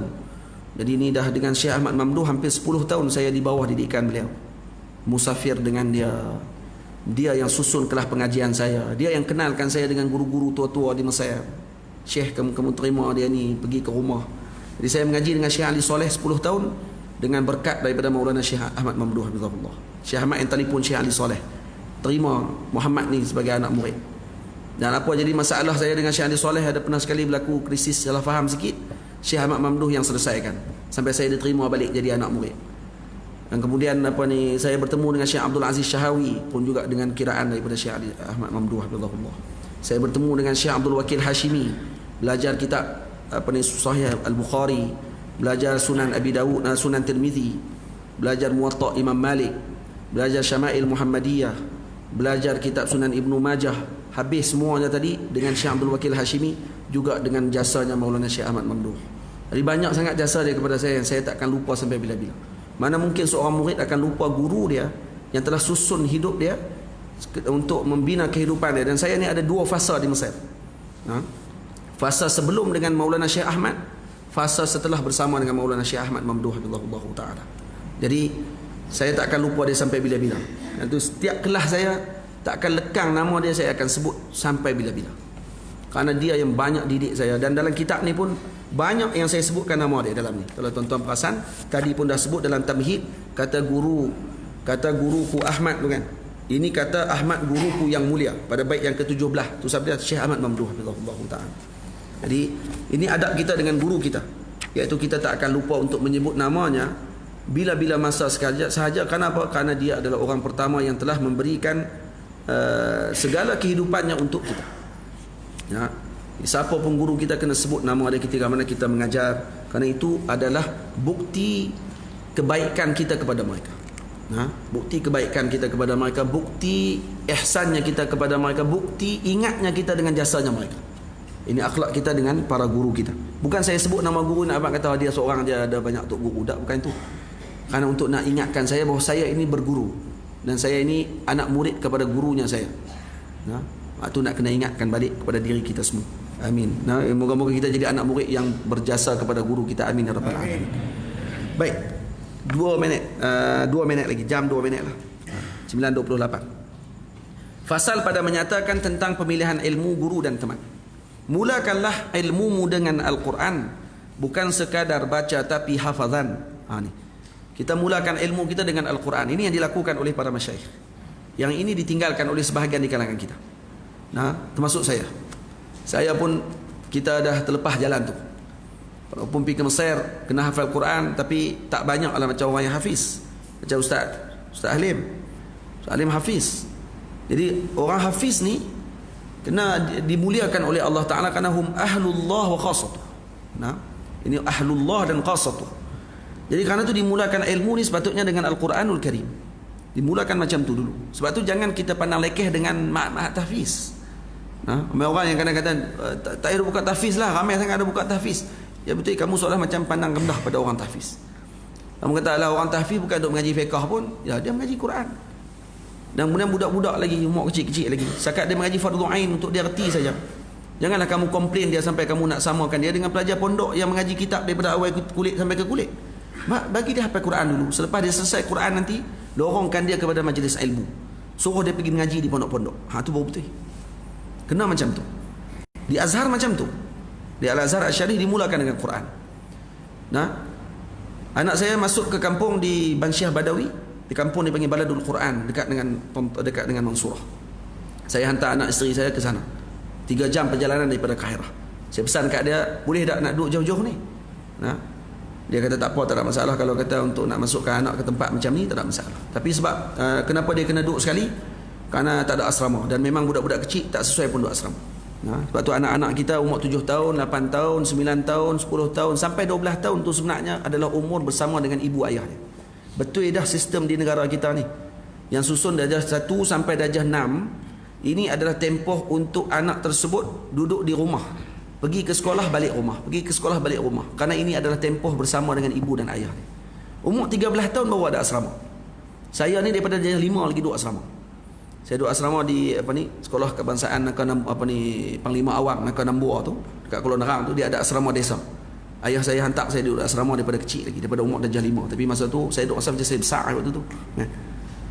Tapi sepatutnya jangan kita hantar anak kita pada umur tersebut, kerana umur tu umur untuk dia bersama dengan ibu ayah dia. Ini umur untuk mendapatkan kasih sayang. Faham tuan-tuan? Kalau umur 7 tahun kita nak hantar anak kita nak pergi ke pondok dah, kita duk bagi harapan, kita kata saya duk baca kisah Imam Nawawi. Imam Nawawi pada kecil lagi tu, ayah dia hantar dah pergi mengaji bersama kali. Tu ayah Imam Nawawi. Ham ke ayah Imam Nawawi? Nah. Dia duk ingat dia tu macam ayah Imam Nawawi juga. Mana boleh. Jadi kita ni kena sedar diri kita, dan kita kena tahu anak kita ni kapasiti dia di mana, dan kasih sayang dia perlu kepada kita. Saya ni tera anak kecil-kecil ni duk rasa sibuk tak ada dah ni. Anak pun duk sedih dah ni. Sebab duk di Mesir selalu tiap-tiap malam akan jumpa. Lah ni pi merata. Anak saya tadi isteri hantar mesej dah, tak tahu ikut isteri ikut bahasa tu. Dia kena ikut anak kan. Dia kata nampak abang ni makin sibuk ni lah, macam mana kata. Kena habaklah kat anak-anak. Kata apa ni, Walid ni bukan milik dia saja. Walid ni milik umat Nabi Muhammad SAW. Oh, cara tu macam perjuangan besar. Saya hantar mesej tu, ada mesej saya. Nah, cuma saya ni bukan jenis print screen buh dalam Facebook lah. Habak kat orang kata ni mesej saya dengan isteri saya. Saya faham macam tu. Saya kata kena bagi tahu kat dia, kena bagi dia faham. Kata dia kena tahu, kata dia sedang berkongsi Walid dengan orang ramai. Hak tu saya. Kerana Walid dia ni bukan hak dia saja seorang. Dia kena faham yang tu, insya-Allah dia boleh. Kalau dia faham lah, pasal dia tak faham pun. Kan? Jadi bila hantar tu anak-anak di situ, di kampung tu semua hafal Quran. Boleh kata kebanyakan anak-anak di situ hafal Quran. Sonok ke lebih situ. Guru saya ada 100 orang guru. Semua perempuan. Guru dia perempuan semua, mudir dia lelaki. Dan gaji yuran sebulan 50 geneh. Lebih kurang RM10 Malaysia sebulan. RM10. Kelas tiap-tiap hari, tak ada cuti. Cuti raya haji dengan raya puasa ya. Cuti depa raya haji, raya puasa, tak ada cuti. Nah. Ada cuti hari Jumaat, tu saja sehari. Hari lain semua mengaji. Dan kebanyakan budak-budak diterima pada umur 2 tahun setengah, mula-mula boleh bercakap tu terus boleh masuk dah. Umur 7 tahun khatam Quran 30 juzuk. Hafal, bukannya baca. Dan termasuk sekali dengan hafal Alfiyah Ibnu Malik, dan hafal sekali dengan Alfiyah Syatibiyah. Budak umur 7 tahun, tuan-tuan boleh buka dalam YouTube, ada dia punya rakaman Mansyah Badawi punya Darul Quran, ada namuzah, ada budak perempuan seorang tu hafal Alfiyah ni 1 jam, serupa dengan ni machine gun tu. Alfiyah Ibnu Malik dengan Syatibi, matan Syatibi 1000 bait qiraat hafal. Kemudian 7 tahun tu terus masuk Azhar Syarif dalam keadaan dah hafal Al-Quran Al-Karim. Cuba bayang kalau kita susun anak-anak kita daripada umur dia sekarang ni 3 tahun, 4 tahun. Kita seronok kalau anak kita boleh cakap bahasa Inggeris, tapi kita tak seronok kalau anak kita boleh hafal Quran. Kan kalau umur 3 tahun, 4 tahun, 5 tahun, 6 tahun, jangan duduk asrama, budak tu balik rumah 4 jam dia pergi sekolah mengulang Quran. Saya tengok pasti, kalau di Pasti dibuat sistem tu, kalau di Seriti boleh buat sistem tu, kalau di Tadika boleh buat sistem tu, kalau di sekolah boleh buat sistem tersebut. Sistem hafiz ni, maksudnya sebelum dia masuk darjah 1 dia dah habis 30 juz. Kerana budak ni fresh. Anak saya ulang Quran 3 kali saja dengan guru dia di rumah. Saya dulu panggil guru mai rumah, Syekh Taha, mai ke rumah saya di Hayu Ashir. Saya pun kena mengapai, isteri saya pun kena mengapai, anak saya 2 orang kena mengapai. Anak saya Muhammad Abu Nur duduk, cara dia buat masa mula-mula tu, dia ulang, dia baca Quran, dia suruh anak saya dengar. Wasyamsi wa duhaha, dia pun wasyamsi wa duhaha. Lepas tu ulang lagi 3-4 kali, 4 kali. Lepas tu suruh ulang balik. Ingat terus waktu tu juga. Saya dalam 5 ayat, 6 ayat, ingat terus waktu tu juga. Cepat budak-budak ni. Kita wasyamsi wa duhaha tu ulang 3 kali ya. Mana tadi? Wa duha ke walail idza saja, macam mana tu? Masuk ayat lain tu Tak, budak ni fresh. Sungguh kita dah test. Bukan kita kata dak budak Arab senang Ustaz. Tak, bukan budak Arab. Budak mana pun dia budak. Folder dia kosong lagi. Yang teruk ni pak budak. Jadi kalau kata budak-budak macam tu tuan-tuan, disusun balik ke rumah 4 jam jadi sekolah. Sebab tu saya tanya kat mudir dia. Saya tanya kat mudir dia macam mana ni? Sekolah 4 jam. Dia kata yang sebenarnya yang paling utama di rumah tu. 20 jam lagi di rumah tu yang paling utama sekali. Di sekolah ni guru hanya bagi jalan ya. Di rumah tu mak ayah yang nak kena bagi perhatian. Tu tujuannya dia kata. 20 jam lagi dengan anak dia, si ibu, si ayah dia. Baru anak tu jadi. Kami di sekolah hanya bagi jalan sahaja untuk dia dalam masa 4 jam tersebut. Kalau dia mula hafal, tu yang lama sikit, lebih kurang dalam 8 jam. Lepas balik rumah, lebih banyak masa dia dengan ibu ayah dia. Itu sepatutnya. Lepas kalau kita mula dengan Al-Quran, insya-Allah khair. Saya pun beritahu kepada kawan-kawan kita, anak-anak murid kita di Mesir, yang muslimat ni, saya kata, pergi ke Mansyah Badawi tu, ambil teknik tu. Pergi tengok. Dan mudir tu bagi tahu kat saya, kata kalau ada siapa yang nak datang ke sini nak ambil teknik kami mengajar ni, kami dah 20 tahun buka ma'at tahfiz tu, dan masuk ke peringkat antarabangsa dah. Budak-budak ni masuk peringkat antarabangsa dah, pertandingan. Ada seorang mak ayah buta huruf, anak 30 juzuk umur 7 tahun, dan masuk peringkat antarabangsa, menang, dapat anugerah pula, bawa ayah dengan mak dia sekali boleh pergi ke Mekah buat umrah, dapat daripada kerajaan Mesir, lagi kerana budak ni menang pertandingan hafal Quran, umur 7 tahun bawa. Mak ayah tak boleh baca Quran, mak ayah buta huruf, tapi minat nak bagi anak dia ni, anak hafal Quran 30 juzuk. Faham? Jadi saya kata kalau kata ustazah-ustazah ni boleh pi ke anak-anak murid saya yang perempuan ni, kalau boleh pi ke Mansyah Badawi tu, duduk dalam beberapa hari saja, dia kata dia akan bagi teknik semua, cara macam mana nak ajak budak-budak balik ke tempat kita buka perkara tersebut. Allah, tak ada alasan kata orang tak ada kerja, tak ada apa semua kali ni. Anak-anak banyak lagi nak kita nak kena didik. Tapi masalah dia, orang kampung nak terima ke tak tu tak tahu lah. Depa buka di kampung, satu kampung semua hantar anak-anak ke situ. Hak tu kelebihan depa. Kita kalau buka kat kampung kita, orang kampung nak tutup mak tafiz. Kacau kami lah apa semua. Anak dia tak hantar pun. Di situ, anak orang kampung semua hantar ke situ. Itu kelebihan dia. Nak cerita panjang lah. Cukup cakap tu dulu. Lebih 7 minit dah. InsyaAllah, kalau kita ada rezeki, ada peluang, kita doa moga-moga Allah Ta'ala jadikan hasil tersebut di negara kita. Amin. Rabbal alamin.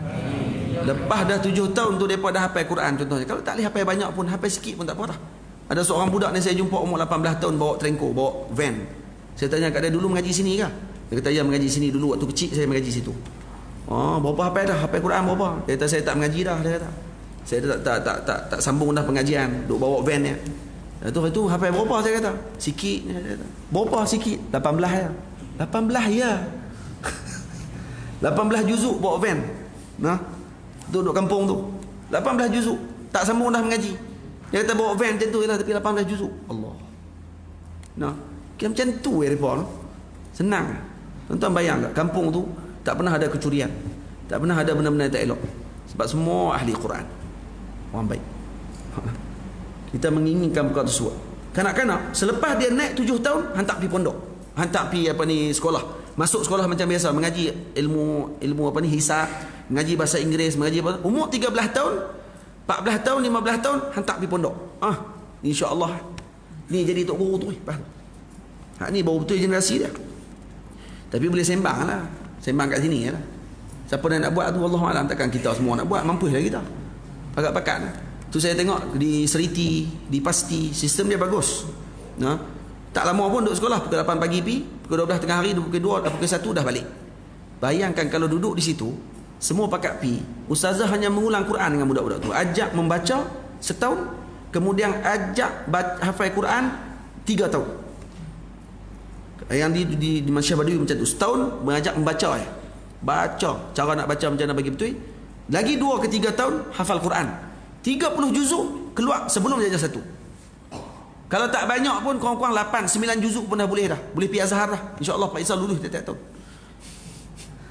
Faham lah? Kita menginginkan perkara tersebut.